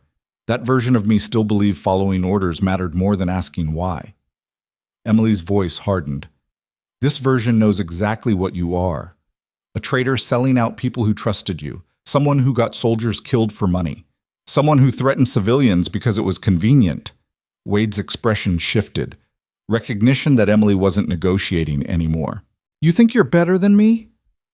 I think I chose a different path when I had the same options you did. We both left military service. We both had skills that could be monetized. I became a nurse. You became this. Emily gestured at the warehouse around them. So yeah, I'm better than you, not because I'm special, just because I didn't sell my integrity to criminals. Integrity doesn't pay off gambling debts or medical bills or any of the real problems civilians face. Wade's voice carried genuine anger now. You chose nursing because you could afford to be noble. Some of us didn't have that luxury. You have $3 million in offshore accounts. Don't pretend this was about survival. Wade went still. How do you know about those accounts? Because Colonel Brennan's team has been investigating you for 6 months. Because they've traced every transaction, every communication, every piece of evidence showing you've been selling classified information to enemy networks. Emily took a step forward. You're done, Jennifer. The only question is whether you walk out of here in handcuffs or a body bag. For a moment, Wade's professional mask slipped enough to show the calculation underneath. Fight or flight. Eliminate the threat or cut losses and run. Her pistol started to rise toward Emily. 3 things happened simultaneously. Glass shattered in the far window as a sniper round took Wade's weapon hand. She screamed and dropped the pistol. Tactical teams breached through multiple entry points, boots hammering on metal stairs. And Emily moved forward with the muscle memory of someone who'd disarmed opponents in closer quarters than this, catching Wade's injured hand and twisting her down to the concrete floor. Don't move, Emily said quietly. Wade struggled for maybe 2 seconds before tactical operators surrounded them with rifles and shouted commands. They pulled Emily back and secured Wade with professional efficiency, hands cuffed behind her back, injury assessed and bandaged, rights read in the flat tone of people who'd done this hundreds of times. Brennan entered through the main stairwell, his expression neutral. Captain Jennifer Wade, you're under arrest for treason, conspiracy to commit murder, and unauthorized disclosure of classified information. Additional charges pending. Wade laughed through pain. This won't stick. I have lawyers. I have connections. I have information that people in very high places would prefer stayed quiet. Then you'll have an interesting trial. Brennan gestured to his team. Get her out of here. They hauled Wade to her feet and escorted her down the stairs. Her protests faded into distance. Emily stood in the empty office space, breathing steady despite adrenaline crash trying to happen. Brennan approached her. You did good work. I got lucky she talked instead of shooting. Luck is what happens when preparation meets opportunity. You were prepared. Brennan glanced toward where his team had taken Wade. Her arrest triggers a broader investigation. Everyone she sold information to, every operation she compromised, every person who died because of her betrayal. It'll take months to unravel. What about the Cordova network? Marco Vega's testimony combined with Webb's cooperation and Wade's arrest gives prosecutors enough to dismantle their entire infrastructure. Warrants are being executed as we speak. By tomorrow morning, 50 people will be in custody. Brennan met her eyes. You broke this open. All of it. Emily didn't feel victorious. She felt exhausted and angry and relieved in measures that didn't balance into anything simple. What happens to Dr. Webb? He'll face charges for his role in providing patient information. But given the circumstances, coercion, threats against his daughter, prosecutors will likely offer a deal. Testimony in exchange for reduced sentence. Maybe probation if he's lucky. Brennan's expression softened slightly. His daughter is already in protective custody. She'll be relocated under new identity once this is resolved. And Sarah and Jeremy? No longer targets. With Wade in custody and the Cordova network collapsed, there's no threat remaining. Brennan gestured toward the exit. You should go home. Get sleep. This is over. Emily descended the metal stairs into fading afternoon light. Detective Briggs waited in the parking lot, leaning against his unmarked car. Hell of a thing to watch, he said. You saw? Command vehicle feed. Heard every word. Briggs straightened. For what it's worth, you handled that better than most trained operators would have. Kept her talking, didn't give anything away, positioned yourself perfectly for tactical intervention. I had good training. Yeah, you did. Briggs pulled out a business card and handed it to her. If you ever want to do consulting work for law enforcement, real consulting, not the kind that gets you shot at, give me a call. We could use someone with your background. Emily pocketed the card without committing. I'm just a nurse. Right. And I'm just a cop. Briggs smiled slightly. We both know that's not the whole story, but it's the story we're sticking with. He got in his car and drove away. Emily stood alone in the parking lot as tactical teams finished securing the warehouse and packing equipment. The operation was over. The threat neutralized. Justice served. So why did it feel incomplete? Her phone rang. Sarah's number. Are you okay? Sarah asked immediately. I'm fine. Everything's resolved.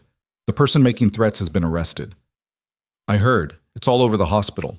Federal agents showed up and took Dr. Webb into custody. Then more agents came and started seizing computers and files. Sarah's voice carried confusion and relief mixed together. What happened? Webb was being blackmailed into providing patient information. The person blackmailing him was arrested today. The whole thing's collapsed.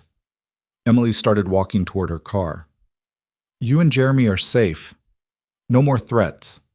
Because of you. Because a lot of people did their jobs. Emily unlocked her car and got inside. I need to go home. I'll see you tomorrow. She ended the call before Sarah could ask more questions. The drive back to her apartment happened on autopilot, her mind processing everything that had occurred in the past 24 hours. The attack, the investigation, the revelation of Wade's betrayal, the trap that ended with arrests and justice. But something nagged at her, a detail that didn't fit the pattern. Emily parked in her building's lot and climbed to her third-floor apartment. Everything appeared normal, nothing disturbed. She locked the door and stood in the middle of her living room trying to identify what was bothering her. Then she saw it, an envelope on her kitchen counter, plain white, unsealed, sitting exactly where someone would place it if they wanted to make sure she noticed. Emily approached slowly, her training screaming warnings. Nobody had keys to her apartment except the building manager. Nobody should have been inside. She opened the envelope carefully. Inside was a single photograph, recent, high resolution, showing Emily and Colonel Brennan in the parking structure earlier that day. The angle suggested it was taken from an adjacent rooftop with telephoto lens. On the back, handwritten, Jennifer Wade was the middleman, not the source. We're still watching. Emily's blood went cold. She pulled out her phone and called Brennan. We have a problem, she said when he answered. What kind of problem? Someone was in my apartment. They left a photograph showing us meeting this morning with a message saying Wade was just the middleman, that there's still a source feeding her information. But Brennan was silent for several seconds. Forward me a photo of the message. Don't touch anything else. I'm sending a team to your location. Emily photographed the message and sent it. Then she stood in her living room with her back to the wall and her eyes on the door, waiting for whoever was playing this game to make their next move. 20 minutes later, federal agents swept her apartment for surveillance devices and found 3, one in her smoke detector, one in her bedroom lamp, one disguised as a phone charger in her kitchen. Professional installations. Recent placement. Someone had been watching her for days at minimum. Brennan arrived as his team was bagging evidence. His expression was harder than she'd seen it all day. This changes everything, he said. Wade couldn't have placed these devices herself. She's been in Seattle running operations for the past week. Someone local had physical access to your apartment. Building management? We'll check. But I'm thinking someone with better resources. Brennan looked at the devices being cataloged. These are military-grade surveillance, the kind we use for high-value intelligence operations.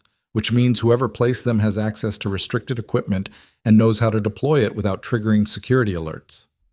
Emily thought about the timing, the devices found in her apartment, the photograph delivered during a federal operation, the message suggesting deeper conspiracy. You think there's another leak? I think Jennifer Wade was selling information she received from someone higher up the chain, someone who's still active and still feeding intelligence to hostile networks. Brennan met her eyes. Someone who knew about today's operation and photographed us meeting to make sure we understand they're still in control. The implications settled like lead. They'd arrested Wade and collapsed the Cordova network, but the source feeding both operations was still free, still watching, still dangerous. What do you need from me? Emily asked. I need you to act like nothing's changed. Go back to work tomorrow. Resume normal life. Be the nurse who stopped a hospital attack and helped catch a traitor. Brennan's voice dropped. And I need you to help us identify who had access to place these devices. Because whoever did is the person we're really hunting. Emily looked at the surveillance equipment being cataloged as evidence, proof that her home had been violated, her privacy stripped, her life monitored by someone who understood her value as either an asset or a threat. The fight wasn't over. It had just evolved into something more dangerous because the enemy was invisible and embedded in systems she couldn't see. Okay, she said. What's the plan?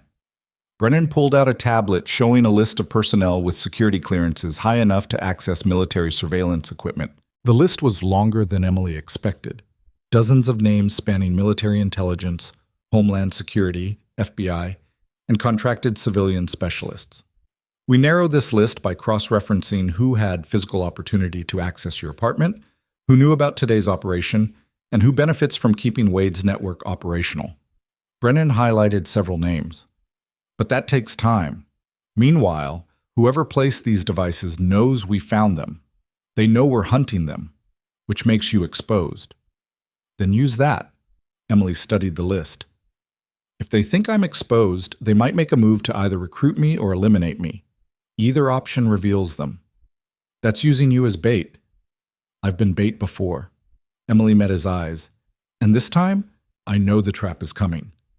Brennan's expression showed the calculation of someone weighing operational risk against potential gain. Using yourself as bait means accepting you might not survive the exposure. I survived worse in places where backup was hours away and extraction wasn't guaranteed. Emily returned her attention to the personnel list on his tablet. This time I have resources. Use them. All right, but we do this controlled. Brennan began typing on his phone. Starting tomorrow, you go back to normal shifts at Riverside General. We plan information suggesting you're still investigating, asking questions about Wade's network. Meanwhile, I position surveillance teams watching everyone who monitors your movements. And when the source makes contact, we identify them, document everything, and move in with overwhelming force. Brennan looked up from his phone. But Emily, understand what you're agreeing to. Whoever placed those surveillance devices has proven they can reach you in your home. They have resources, training, and motivation to either flip you or eliminate you. The next 48 hours could get very dangerous very fast. Emily thought about Marco Vega fighting for his life because someone had sold his location, about Dr. Webb being coerced into betrayal through threats against his daughter, about Jennifer Wade choosing money over integrity and getting soldiers killed in the process, about all the damage one person could cause when they decided profit mattered more than people. I understand, she said. The federal team finished processing her apartment and left with bags of evidence and assurances that additional surveillance would monitor the building. Brennan departed last, leaving Emily alone in a space that no longer felt secure. She checked every window lock, wedged a chair under the doorknob, and sat awake until dawn with her military training running threat assessments on every sound. Morning came gray and cold. Emily dressed in fresh scrubs and drove to Riverside General with her mirrors constantly checked and her awareness heightened. The hospital parking lot looked normal. Staff arriving for day shift, visitors heading to early appointments, delivery trucks dropping off supplies. Nothing obviously wrong, which meant nothing. Sarah intercepted her 30 seconds after she walked through the staff entrance. You look terrible. Didn't sleep much. Because of what happened yesterday? Sarah's concern was genuine. I heard federal agents arrested someone high up in Homeland Security, someone who knew you from the military. Word traveled fast in hospitals. Emily wondered how much of the story had leaked and how much was speculation filling gaps. It's complicated. Everything with you is complicated. Sarah walked with her toward the locker room. But you're okay? Actually, okay, not just saying it? Emily considered lying, then decided Sarah deserved better. I'm okay enough to work. The rest I'm figuring out as I go. That's the most honest thing you've said to me in 11 months. Sarah's smile was small but real. If you need anything, and I mean anything, you tell me. Deal? Deal. The shift started with standard chaos. A child with a broken arm from playground equipment. An elderly man with pneumonia, a construction worker who'd caught his hand in machinery and needed immediate surgical consult. Emily moved through cases with practiced efficiency while her awareness tracked everyone in the department. Dr. Webb's absence was notable. He was still in federal custody, his office sealed with evidence tape. The administrative staff whispered about investigations and arrests. Residents looked nervous. Even Jeremy Costa moved differently, less casual and more alert after everything that had happened. Around 11 a.m., Detective Briggs appeared near the nurses' station. He gestured for Emily to follow him to an empty consultation room. We have a development, he said once the door closed. Jennifer Wade started talking. Not everything, but enough to confirm there was someone above her providing classified intelligence she then sold to criminal networks. Did she identify them? No, she claimed she never met them directly. All communications were encrypted, routed through anonymous servers, conducted through channels designed for deniability. Briggs pulled out his notebook. But she did mention something interesting. Her handler, the person providing intelligence, used a specific phrase during communications, a military code reference that Wade recognized from operational briefings she attended 3 years ago. Emily leaned forward. What phrase? Blackbird Protocol. Mean anything to you? The words hit like ice water. Emily's mind raced back to classified operations in Afghanistan, to briefings about exfiltration procedures and emergency extraction codes. Blackbird Protocol was a classified designation for high-value asset protection, used when moving witnesses, evacuating intelligence officers, or securing personnel whose capture would compromise entire operations. That's classified above top secret, Emily said quietly. Only people with specific clearances would know that terminology, which narrows our suspect pool considerably. Briggs made notes. We're cross-referencing everyone with access to those classification levels against people who had opportunity to place surveillance in your apartment. The list is getting shorter. How short? 4 names, all military intelligence or Homeland Security personnel, all with credentials that would let them access restricted equipment and classified databases. Briggs looked up. Colonel Brennan is interviewing them today. We should have answers by tonight. Emily processed that timeline. Whoever had placed the surveillance devices knew investigators were closing in, knew they had maybe hours before exposure, which meant they'd either run or make a desperate move to eliminate the investigation. I need to get back to work, Emily said. Be careful. If our suspect realizes we're this close, they might try to tie up loose ends. I know. Emily headed for the door. That's what I'm counting on. She returned to the ER floor, where afternoon shift was building toward the usual evening rush. Sarah was managing a teenage girl with a dislocated shoulder. Jeremy was escorting a belligerent drunk to a holding area. The rhythm of emergency medicine continued despite federal investigations and criminal conspiracies because people kept needing care regardless of larger contexts. Emily pulled up charts and started working through cases when her phone buzzed with a text from an unknown number. Parking garage. Level 3. 5 minutes. Come alone or people start dying. Emily stared at the message for exactly 3 seconds. Then she forwarded it to Brennan and Briggs simultaneously before pocketing her phone and heading for the stairs. She didn't tell Sarah where she was going, didn't alert security, just moved with quiet purpose toward whatever confrontation was waiting. The parking garage connected to the hospital through an elevated walkway. Level 3 was half empty at this hour, visitors who'd arrived early, staff who worked unusual shifts. Emily emerged from the stairwell and scanned for threats. A figure stood beside a black sedan near the far wall. Male, approximately 6 feet, wearing civilian clothes but moving with military bearing. As Emily approached, recognition hit. Major Ryan Foster. She'd served with him in Afghanistan during her second deployment. He'd been liaison between special operations and intelligence units, the person who coordinated information flow and made sure critical data reached people who needed it. They'd worked dozens of missions together. She'd trusted him with her life. "Ryan," Emily said carefully. "Emily, or should I say Sergeant Garrett?" Foster's smile was bitter. "Hard to keep track of all your names." "What are you doing here?" "Tying up loose ends before everything I've built falls apart."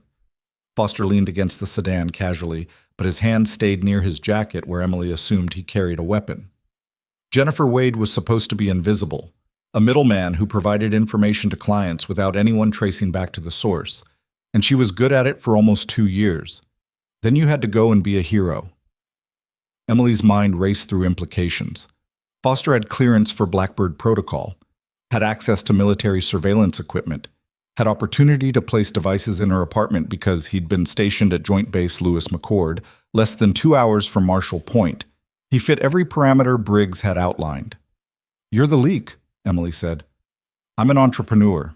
There's a difference." Foster's voice carried the particular arrogance of someone who'd convinced himself that betrayal was actually sophisticated business. The military wastes intelligence. Critical information gets buried in bureaucracy, while people who'd actually pay for it go without. I just created a more efficient market. You got people killed. People die in war zones regardless. At least I profited from the inevitability. Foster pushed off the sedan. But then you stopped the hospital attack, exposed Wade, got Dr. Webb to confess. And now federal investigators are 12 hours from connecting dots that lead straight to me. So here's the situation. You're going to come with me. We're going to disappear into networks I've spent years building, and you're going to use your combat medical skills to keep certain high-value clients alive while I relocate to somewhere without extradition treaties. And if I refuse, then I detonate the explosive device I placed in the hospital pharmacy 30 minutes ago. It's small but positioned to rupture the oxygen supply lines. The fire will spread through ventilation systems faster than evacuation procedures can handle. Hundreds of casualties, all because you chose principle over pragmatism. Emily's blood went cold. "You're bluffing." "Am I?" Foster pulled out his phone and showed her a live video feed. The hospital pharmacy, a device visible on a shelf among medication bottles, a timer counting down from 15 minutes. "I learned from professionals. Unlike Wade, I planned for contingencies." Emily's training ran rapid calculations. 15 minutes to evacuate a hospital was impossible. Emergency protocols required 20 minimum for orderly evacuation. Panic would make it worse. And Foster had positioned the device to maximize damage. Oxygen systems meant accelerated fire spread. Pharmacy meant toxic smoke from burning medications. "What do you want?" Emily asked. "I want you to walk to that sedan, get in the passenger seat, and accept that your hero complex just became a liability you can't afford." Foster's expression hardened. "Or I trigger the device right now and we both watch people burn while you stand here pretending you had choices." Through her bone conduction device, still active from the previous day's operation, Emily heard Brennan's voice. "Tactical teams are moving. Keep him talking. We need 2 minutes." Emily needed to buy time. Where would we even go? I have safe houses in 3 countries and contacts who specialize in making people disappear. We'd be untraceable within 48 hours. Foster moved toward the sedan, and you'd be alive instead of buried under federal investigation or blown apart trying to be noble. Seems like an easy choice. Except you'd never let me actually walk away. I'd be leverage until I wasn't useful, then I'd be a loose end. Emily stayed where she was. "I've seen how you operate, Ryan. I know what happens to people who stop being valuable to you." "Then you understand this is your best option among terrible alternatives." Foster opened the sedan's passenger door. "Get in, now." Emily glanced at the phone showing the pharmacy feed. 12 minutes remaining. Somewhere in the hospital, patients were receiving treatment. Families were visiting loved ones. Staff were working through cases that mattered. All of them in danger because Ryan Foster had decided money mattered more than lives. "No?" Emily said. Foster's expression shifted to something colder. "Then you just killed everyone in that building. His thumb moved toward the detonator on his phone. Emily reacted with the muscle memory of someone who disarmed explosives in combat zones, closing distance in 3 fast steps, striking Foster's wrist to disrupt his grip, twisting the phone away before he could trigger anything. They grappled hard against the sedan, Foster's military training matching hers, but surprise giving Emily the edge. She drove her knee into his ribs and felt something crack. Foster gasped and swung an elbow that caught her temple. Stars exploded across her vision. They both went down on concrete, fighting for control of the phone that held hundreds of lives in its digital trigger. Emily got her hand on the device first. Foster grabbed her throat and squeezed, cutting off air with professional precision. Black spots gathered at the edge of her vision.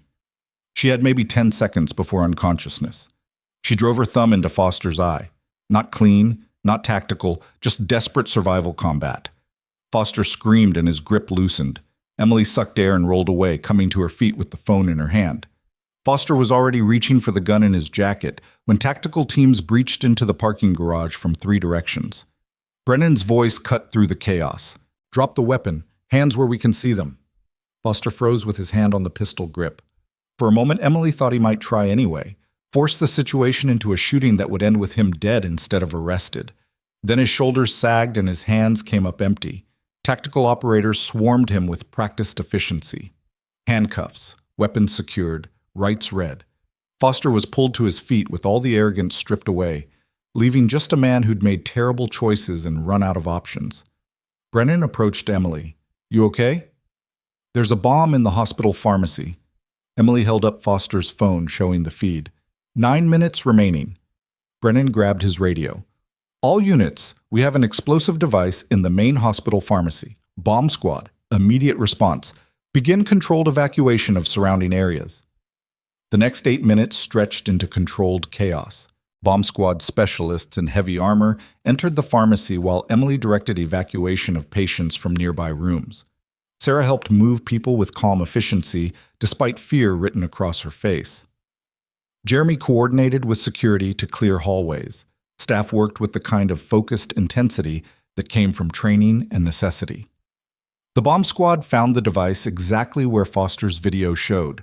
A compact charge wired to oxygen supply lines with enough explosive to rupture pipes and ignite. They disabled it with 4 minutes remaining on the timer, methodically cutting wires and separating components until the threat was neutralized. Emily stood in the hallway outside the pharmacy watching specialists carry out the disarmed device in a containment vessel.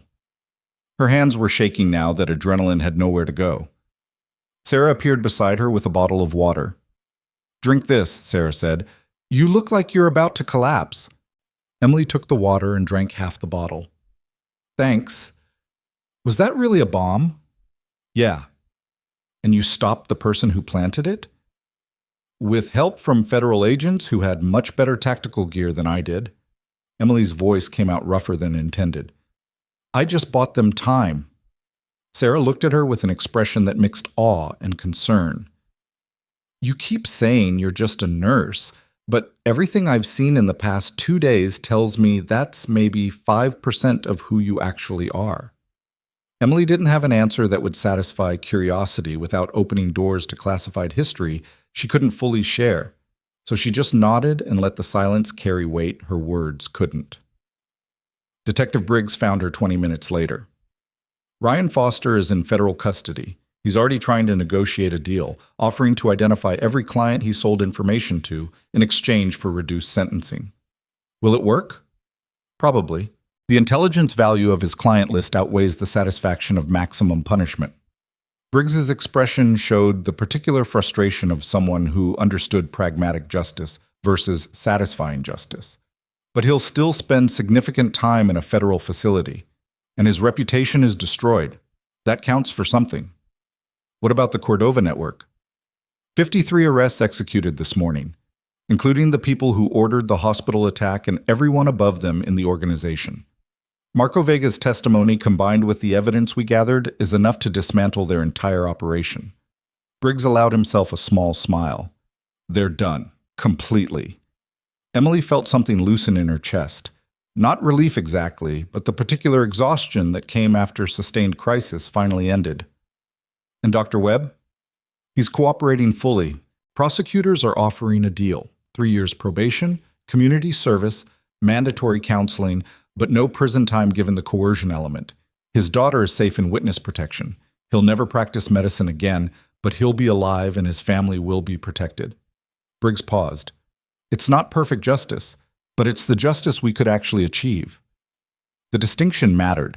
Emily had learned in war zones that perfect outcomes were fantasies sold to civilians. Real resolution meant accepting imperfect victories and finding meaning in outcomes that were better than the alternative, even if they weren't ideal. Okay, she said. Briggs studied her. You know you're going to be asked to testify when these cases go to trial. Wade, Foster, potentially others. Your involvement will become public record. I know. And your classified service history will probably get examined by defense attorneys looking for anything to impeach your credibility. I know that too. Emily met his eyes. But the alternative was letting people get away with murder, trafficking, and betrayal. So I'll deal with whatever scrutiny comes. Briggs nodded slowly. For what it's worth, you did the right thing, even when it was hard, especially when it was hard. He left her standing in the hallway where hospital operations were returning to normal rhythm, patients being treated, families reuniting, staff managing the controlled chaos that defined emergency medicine. The bomb threat had disrupted the routine but hadn't broken it. Emily returned to work because sitting still meant thinking about everything that had happened, and she wasn't ready for that processing yet. She placed IVs, updated charts, monitored vitals, and made sure people received the care they needed. The familiar motion soothed something raw inside her. Around 7 p.m., Sarah found her in the supply room doing inventory that didn't need doing. Your shift ended 2 hours ago. I know. You should go home, sleep, process. Sarah moved closer. Emily, you just stopped a bombing and helped arrest major criminals. You're allowed to be affected by that. If I stop moving, I'll fall apart. Emily's voice cracked slightly. And I can't afford to fall apart right now. Sarah was quiet for a moment. Then she pulled up a chair and sat down. Okay, then I'll sit here while you do unnecessary inventory, and when you're ready to fall apart, you won't be alone. The simple offer broke something in Emily's carefully maintained composure. Tears came suddenly. Not dramatic sobbing, just silent witness to accumulated stress and fear and exhaustion. Sarah didn't try to fix it or offer platitudes. She just sat there providing presence while Emily cried for the first time since she'd left military service 7 years ago. When the tears stopped, Emily wiped her face and took a shaky breath. Thanks. That's what friends do. Sarah stood. Come on, I'm driving you home. You're in no shape to operate a vehicle. Emily didn't argue. They collected her things from the locker room and walked to the parking lot where Sarah's car waited. The drive to Emily's apartment happened in comfortable silence, the kind that didn't need filling with conversation. Sarah insisted on coming upstairs to make sure the apartment was secure. Federal teams had removed the surveillance devices, but the violation of privacy still lingered. Emily locked the door behind them and stood in the middle of her living room, feeling displaced in her own space. I'll stay if you want, Sarah offered. Crash on your couch. Make sure you actually sleep instead of staying up all night running threat assessments. You don't have to do that. I know, but I'm offering anyway. Sarah's expression was firm. You spent 11 months being alone in a place that treated you like you were invisible. Maybe it's time you stopped being alone. Emily looked at the younger nurse who'd shown her kindness when no one else had, who'd stood by her when things got dangerous, who'd offered friendship without demanding explanations for classified history. Okay, Emily said. Thank you. Sarah stayed. They ordered food from a place that delivered terrible Chinese but did it fast. They ate mostly in silence while local news covered the hospital bomb threat and arrests of federal personnel on charges of espionage and conspiracy. Emily's name wasn't mentioned. Investigators had kept her role carefully vague in official statements. Around midnight, Sarah fell asleep on the couch with a blanket Emily provided. Emily sat in her bedroom with the lights off, watching shadows and thinking about everything that had led to this moment. She'd left military service broken and exhausted, convinced that building a quiet civilian life meant hiding everything she'd been. 11 months of being dismissed and underestimated had reinforced that choice, but the past 2 days had proven something different. That strength didn't come from hiding who you were. It came from choosing when and how to reveal it. Dr. Marcus Webb had underestimated her and paid for that arrogance with his career. Jennifer Wade had threatened her and ended up in federal custody. Ryan Foster had tried to coerce her and faced charges that would destroy everything he'd built through betrayal. And Emily had survived all of it, not by being invisible, but by being exactly who she'd always been, someone who protected people, who fought for what mattered, who refused to let fear or intimidation define her choices. Morning came with pale light through bedroom windows. Emily showered and dressed while Sarah made coffee with the kind of comfort in someone else's kitchen that spoke to genuine friendship. They sat at the small table and drank from mismatched mugs. "What happens now?" Sarah asked. "I go back to work, testify when trials happen, figure out what kind of life I want to build now that hiding isn't necessary anymore." Emily took a sip of coffee. "And I stop letting other people define my worth." "That sounds healthy." "That sounds terrifying, but necessary." Emily set down her mug. "Thank you for staying, for everything." "You don't have to keep thanking me. We're friends. That's what this is." Sarah's smile was genuine. "Besides, I have a feeling your life is going to stay interesting. Someone needs to make sure you don't face all of it alone." They finished coffee and drove to the hospital together. The staff entrance led to locker rooms where the day shift was arriving and night shift was departing. Emily changed into fresh scrubs and prepared for whatever the day would bring. She was walking toward the ER when hospital administration's assistant intercepted her. "Emily Dawson, the board of directors would like to see you. Conference room B, now, if possible." Emily's stomach tightened. Board meetings meant official proceedings, disciplinary actions, policy discussions, decisions that affected careers. She followed the assistant to the administrative wing where polished floors and expensive art marked territory that belonged to executives rather than medical staff. Conference room B held 6 people around a long table. The hospital CEO, the chief of staff, 3 board members, and Colonel David Brennan in his dress uniform, which immediately told Emily this meeting was more complicated than simple hospital business. "Ms. Dawson, please sit," the CEO said, gesturing to an empty chair. Emily sat and waited. Years of military briefings had taught her to let authority figures speak first and reveal their agenda before committing to responses. The CEO folded his hands on the table. "We've been briefed by federal investigators about your role in preventing the hospital attack, identifying internal security breaches, and stopping a bombing that could have killed dozens of patients and staff. Your actions were extraordinary." Emily said nothing. Dr. Webb's betrayal was a failure of our oversight and screening processes. His resignation has been accepted, and we're implementing new protocols to prevent similar situations. The CEO paused. "But what's become clear through this crisis is that Riverside General needs someone with tactical experience and crisis management training to develop comprehensive security procedures, someone who understands both medical operations and threat assessment." One of the board members leaned forward. "We'd like to offer you the position of Director of Emergency Medical Security. It would include developing protocols, training staff, coordinating with law enforcement, and serving as liaison for high-risk patient situations. Significant salary increase, administrative authority, and recognition for the expertise you've demonstrated." Emily processed the offer, a leadership position that would use her military background instead of hiding it, authority to implement changes that could prevent future crises, acknowledgement that her skills had value beyond basic nursing. It was everything she'd quietly wished for during 11 months of being dismissed. "What happened to Dr. Webb's position?" Emily asked. "We're conducting a national search for a new chief of emergency medicine, someone with both clinical excellence and leadership integrity." The CEO's expression was careful. "Your input on that selection process would be valued given your experience with the department." Emily looked at Colonel Brennan. "Why are you here?" "Because federal authorities want to ensure proper security protocols are implemented at facilities handling protected witnesses or high-value patients.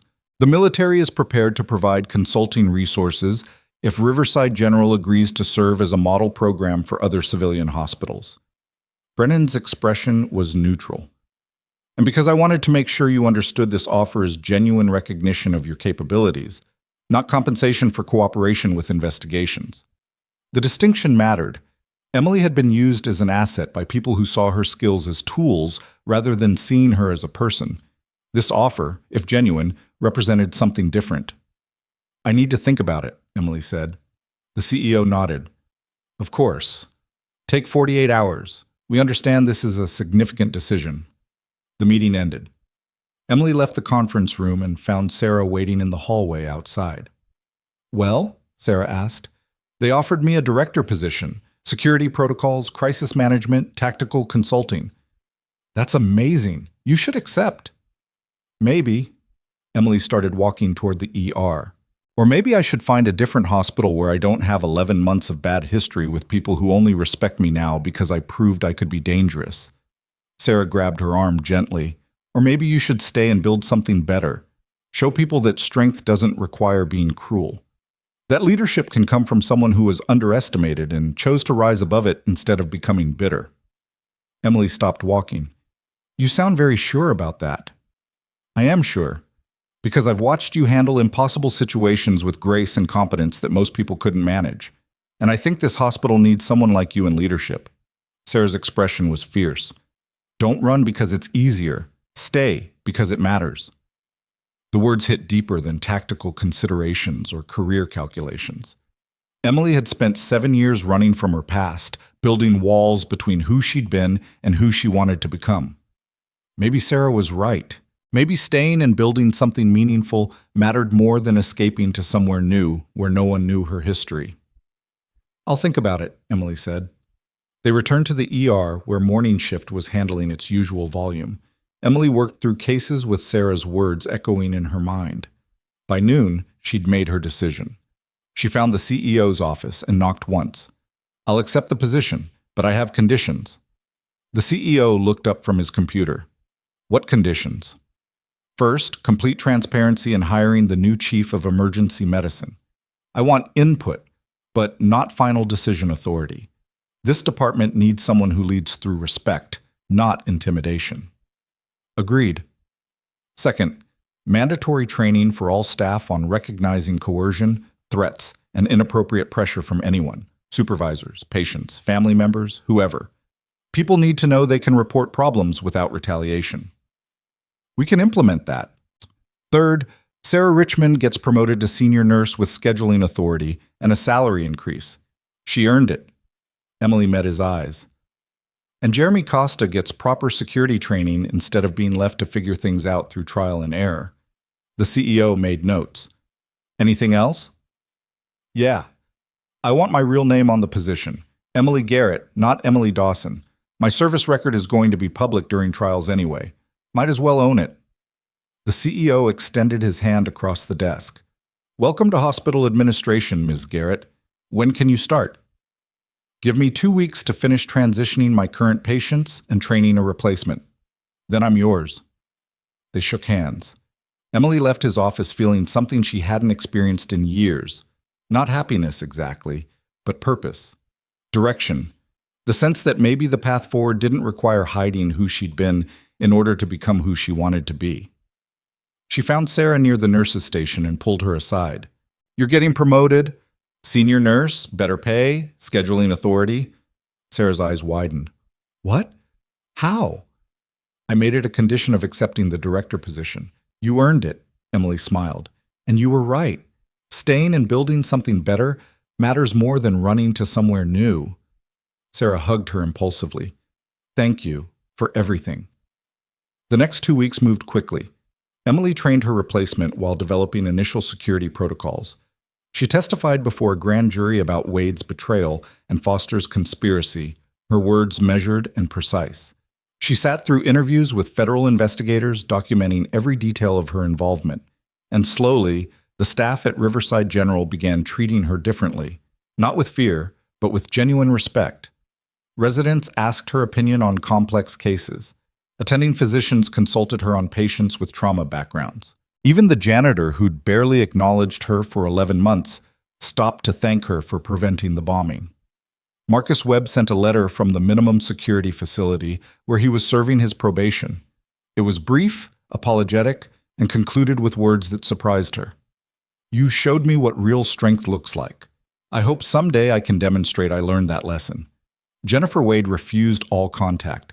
Ryan Foster attempted to reach out through his attorneys, but Emily declined. Some people deserve forgiveness. Others just deserve the consequences they'd earned. On her last day as a floor nurse, Emily worked a full shift and said goodbye to patients who'd become familiar faces. The elderly man with pneumonia was finally being discharged. The construction worker with the injured hand had regained full mobility. The teenager with the dislocated shoulder came back with her parents to thank Emily personally for the care she'd received. As the shift ended, Sarah gathered the entire ER staff for an impromptu celebration. Someone had brought cake. Jeremy gave a rambling speech about courage and dedication that made people laugh and tear up simultaneously. And Emily stood surrounded by colleagues who'd ignored her for months, but now saw her clearly. Dr. Patricia Chen, a new attending who'd started during Webb's absence, approached Emily with a glass of sparkling cider. "I heard what you did, stopping the attack, preventing the bombing, taking down corrupt federal agents. That's impressive." "I just did what needed doing." Emily accepted the cider. "That's what makes it impressive. You didn't seek recognition or glory. You just protected people because they needed protecting." Patricia raised her glass. "To Emily Garrett, the nurse who proved that quiet strength changes the world more than loud arrogance ever could." Everyone raised their glasses and drank. Emily felt emotion gathering in her throat, but kept it controlled through force of will. These people didn't need to see her cry. They needed to see that vulnerability and strength could coexist in the same person. The celebration ended. Staff filtered out to continue lives that would intersect again tomorrow. Emily changed out of her scrubs for the last time as a floor nurse and stood in the locker room looking at her reflection in the mirror. 32 years old, 7 years removed from military service, 11 months into a civilian life that had finally revealed itself as something worth building instead of hiding inside. She wasn't the same person who'd arrived at Riverside General afraid that being seen would mean being destroyed. That version had believed invisibility equaled safety. This version understood that real safety came from being strong enough to be visible and compassionate enough to use that strength wisely. Colonel Brennan was waiting in the parking lot when Emily left through the staff entrance. He stood beside a government vehicle looking every bit the career officer who'd commanded respect in war zones and administrative offices. "Thought you'd left town," Emily said. "Had to file reports in D.C., just got back." Brennan gestured to the hospital behind them. "Heard you accepted the director position. Good choice." "We'll see. I've never been in hospital administration before." "You've commanded medical operations in combat zones. This will be easier." Brennan's expression softened slightly. "I'm proud of you, Emily. You could have run when this got dangerous. Instead, you stood and fought for people who'd never shown you basic respect. That's character. Or stubbornness. Sometimes those are the same thing." Brennan pulled an envelope from his jacket. "This is an official letter from the Department of Defense. Your service record is being updated to reflect commendations that were previously classified. And you're being offered a reserve position as a tactical medical consultant. No active duty requirements, but if situations arise where your expertise could save lives, they'd like the option to request your assistance." Emily took the envelope. "What kind of situations?" "The kind where hostages need medical attention, where protected witnesses face threats, where civilian hospitals become battlegrounds. The kind you've already proven you can handle." Brennan met her eyes. "It's completely optional, but the offer stands if you want it." Emily opened the envelope and read the official letter with its bureaucratic language and formal recognition. Part of her wanted to refuse, to maintain the separation between military service and civilian life she'd worked so hard to establish. But another part recognized that denying her capabilities didn't make them disappear. It just made them unavailable when they could matter most. "I'll think about it," she said. "That's all anyone can ask." Brennan extended his hand. "You did exceptional work, Sergeant Garrett. Don't forget that when things get complicated again." They shook hands. Brennan got in his vehicle and drove away, leaving Emily alone in the parking lot as evening shadows stretched across pavement. She drove home to her apartment where Sarah had helped her remove the last traces of surveillance equipment and reclaim the space as truly hers. The walls were bare, but she'd started acquiring small things that made it feel less temporary. A plant from the hospital gift shop, a framed photograph of mountains she hoped to visit someday, books she'd been meaning to read for years. Emily made dinner and ate while watching the sunset through her window. Local news mentioned the ongoing trials of Jennifer Wade and Ryan Foster, their faces shown alongside reports of conspiracy and betrayal. Marco Vega had been relocated to an undisclosed location where he'd continue cooperating with prosecutors. The Cordova network was being systematically dismantled with dozens of arrests across 3 states. Justice was happening, slow and imperfect, but happening. Her phone rang. Unknown number. Emily answered cautiously. "Ms. Garrett? This is Assistant Director Williams from the FBI. I wanted to personally thank you for your cooperation in the investigation of Captain Foster and related criminal networks. Your testimony was instrumental in securing convictions. Just doing what was right. Many people know what's right. Fewer have the courage to act on it when doing so is dangerous." Williams paused. "I also wanted to inform you that based on your assistance, the Bureau would like to extend an offer for consulting work on cases involving medical facilities, protected witnesses, or situations requiring tactical medical expertise. Compensation would be competitive, and assignment would be entirely voluntary." Another offer to use her skills. Another opportunity to be seen and valued for capabilities she'd spent years hiding. "Send me the details," Emily said. "I'll review them." "Excellent. And Ms. Garrett, you should be proud of what you've accomplished. Not everyone could have done what you did." The call ended. Emily set down her phone and looked around her apartment at the life she'd built from pieces of who she'd been and who she was becoming. It wasn't perfect. It wasn't finished. But it was hers. 2 days later, Emily Garrett started her new position as Director of Emergency Medical Security at Riverside General Hospital. She arrived early, dressed professionally, and walked through the entrance with her head high and her real name on her identification badge. The first week was intense. Meetings with department heads, reviews of existing protocols, interviews with staff about security concerns they'd never felt comfortable raising before.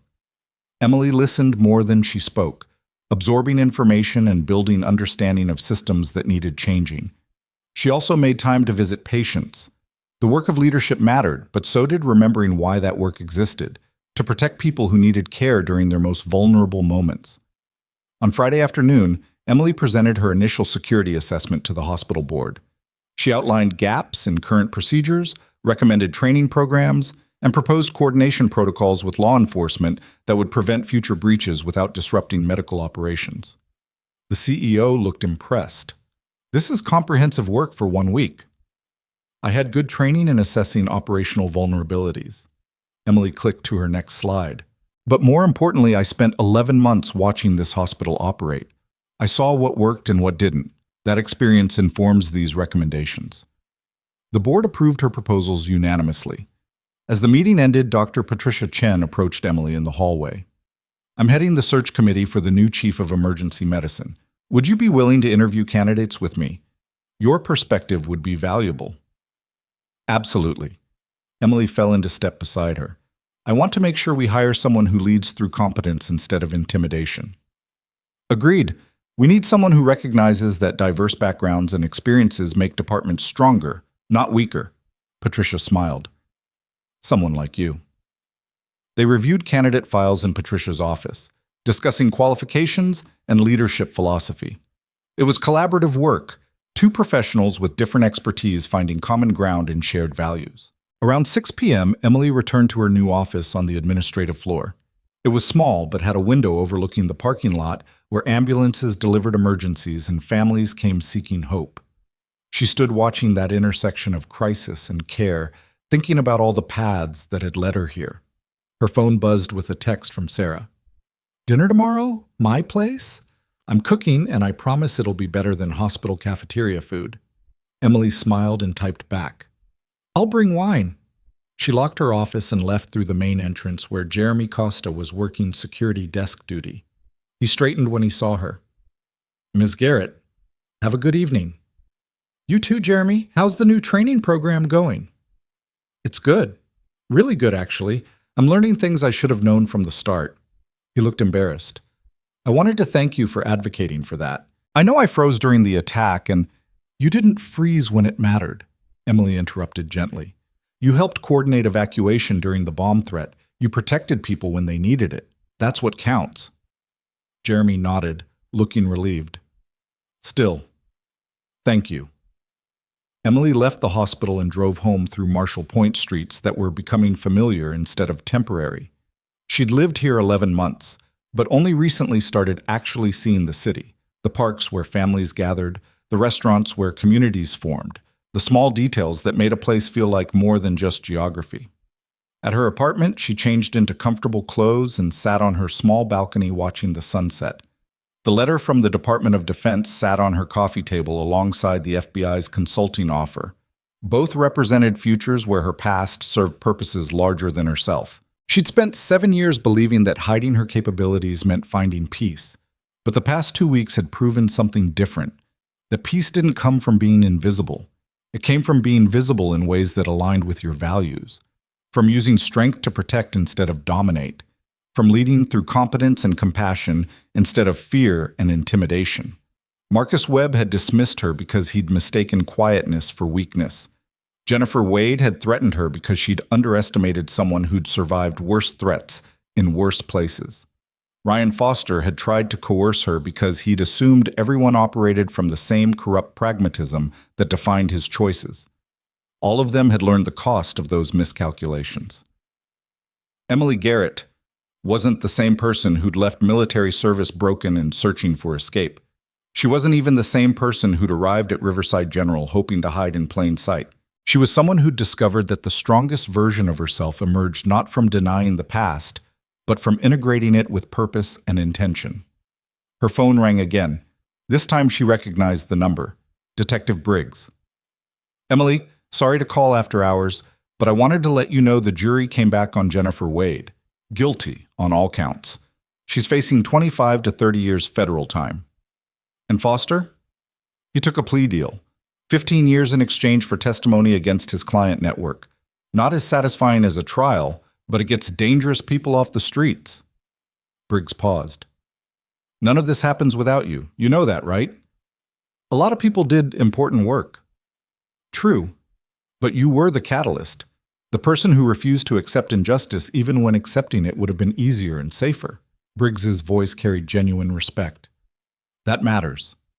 It changes things. Not just this case, but everything that comes after. They talked for a few more minutes about trial schedules and testimony requirements, then ended the call.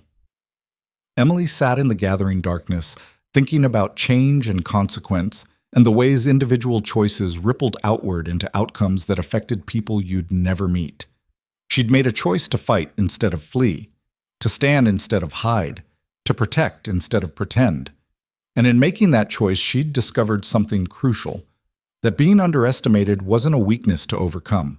It was an advantage to leverage. Because people who assumed you were soft or weak or incompetent never saw the moment when you proved otherwise until it was too late to adjust their strategy. Marcus Webb had spent 11 months systematically underestimating her, and that arrogance had blinded him to the person she actually was until circumstances forced recognition. Jennifer Wade had made the same mistake with higher stakes. Ryan Foster had tried to exploit what he thought was vulnerability and found strength instead. All of them had learned too late that dismissing someone because they were quiet or kind or unassuming was the fastest way to lose to them when situations turned serious. Emily stood and went back inside her apartment. She pulled out her laptop and began drafting the first of many security protocols she'd implement at Riverside General. Procedures designed to protect staff from harassment, patients from threats, and everyone from people who thought power came from intimidation instead of competence. It was detailed work, important work, work that would make a difference for people she'd never personally meet, but whose lives would be safer because she'd chosen to stay and build instead of run and hide. Around midnight, she saved her progress and prepared for sleep. Tomorrow, she'd continue the work. The day after that, more of the same. Building systems, training people, creating structures that protected the vulnerable and held the powerful accountable. It wasn't the life she'd imagined when she'd left military service searching for peace. It was better. Because peace wasn't the absence of conflict. It was the presence of purpose aligned with values worth defending. Emily Garrett closed her eyes and slept without nightmares for the first time in 7 years, knowing that tomorrow would bring challenges, but also knowing she had the strength, the support, and the purpose to meet them. She'd been dismissed as soft, underestimated as weak, assumed to be someone who'd never fight back. And in proving all those assumptions wrong, she'd discovered the truth that would define everything that came after. The people who dismiss you are giving you the greatest tactical advantage you could ask for. Never waste it, never apologize for it, and when the moment comes to prove them wrong, do it with such absolute competence that no one ever makes that mistake about you again. The quiet strength that changes the world doesn't announce itself with noise. It just shows up when needed and does what's necessary. And Emily Garrett had finally learned to be okay with that.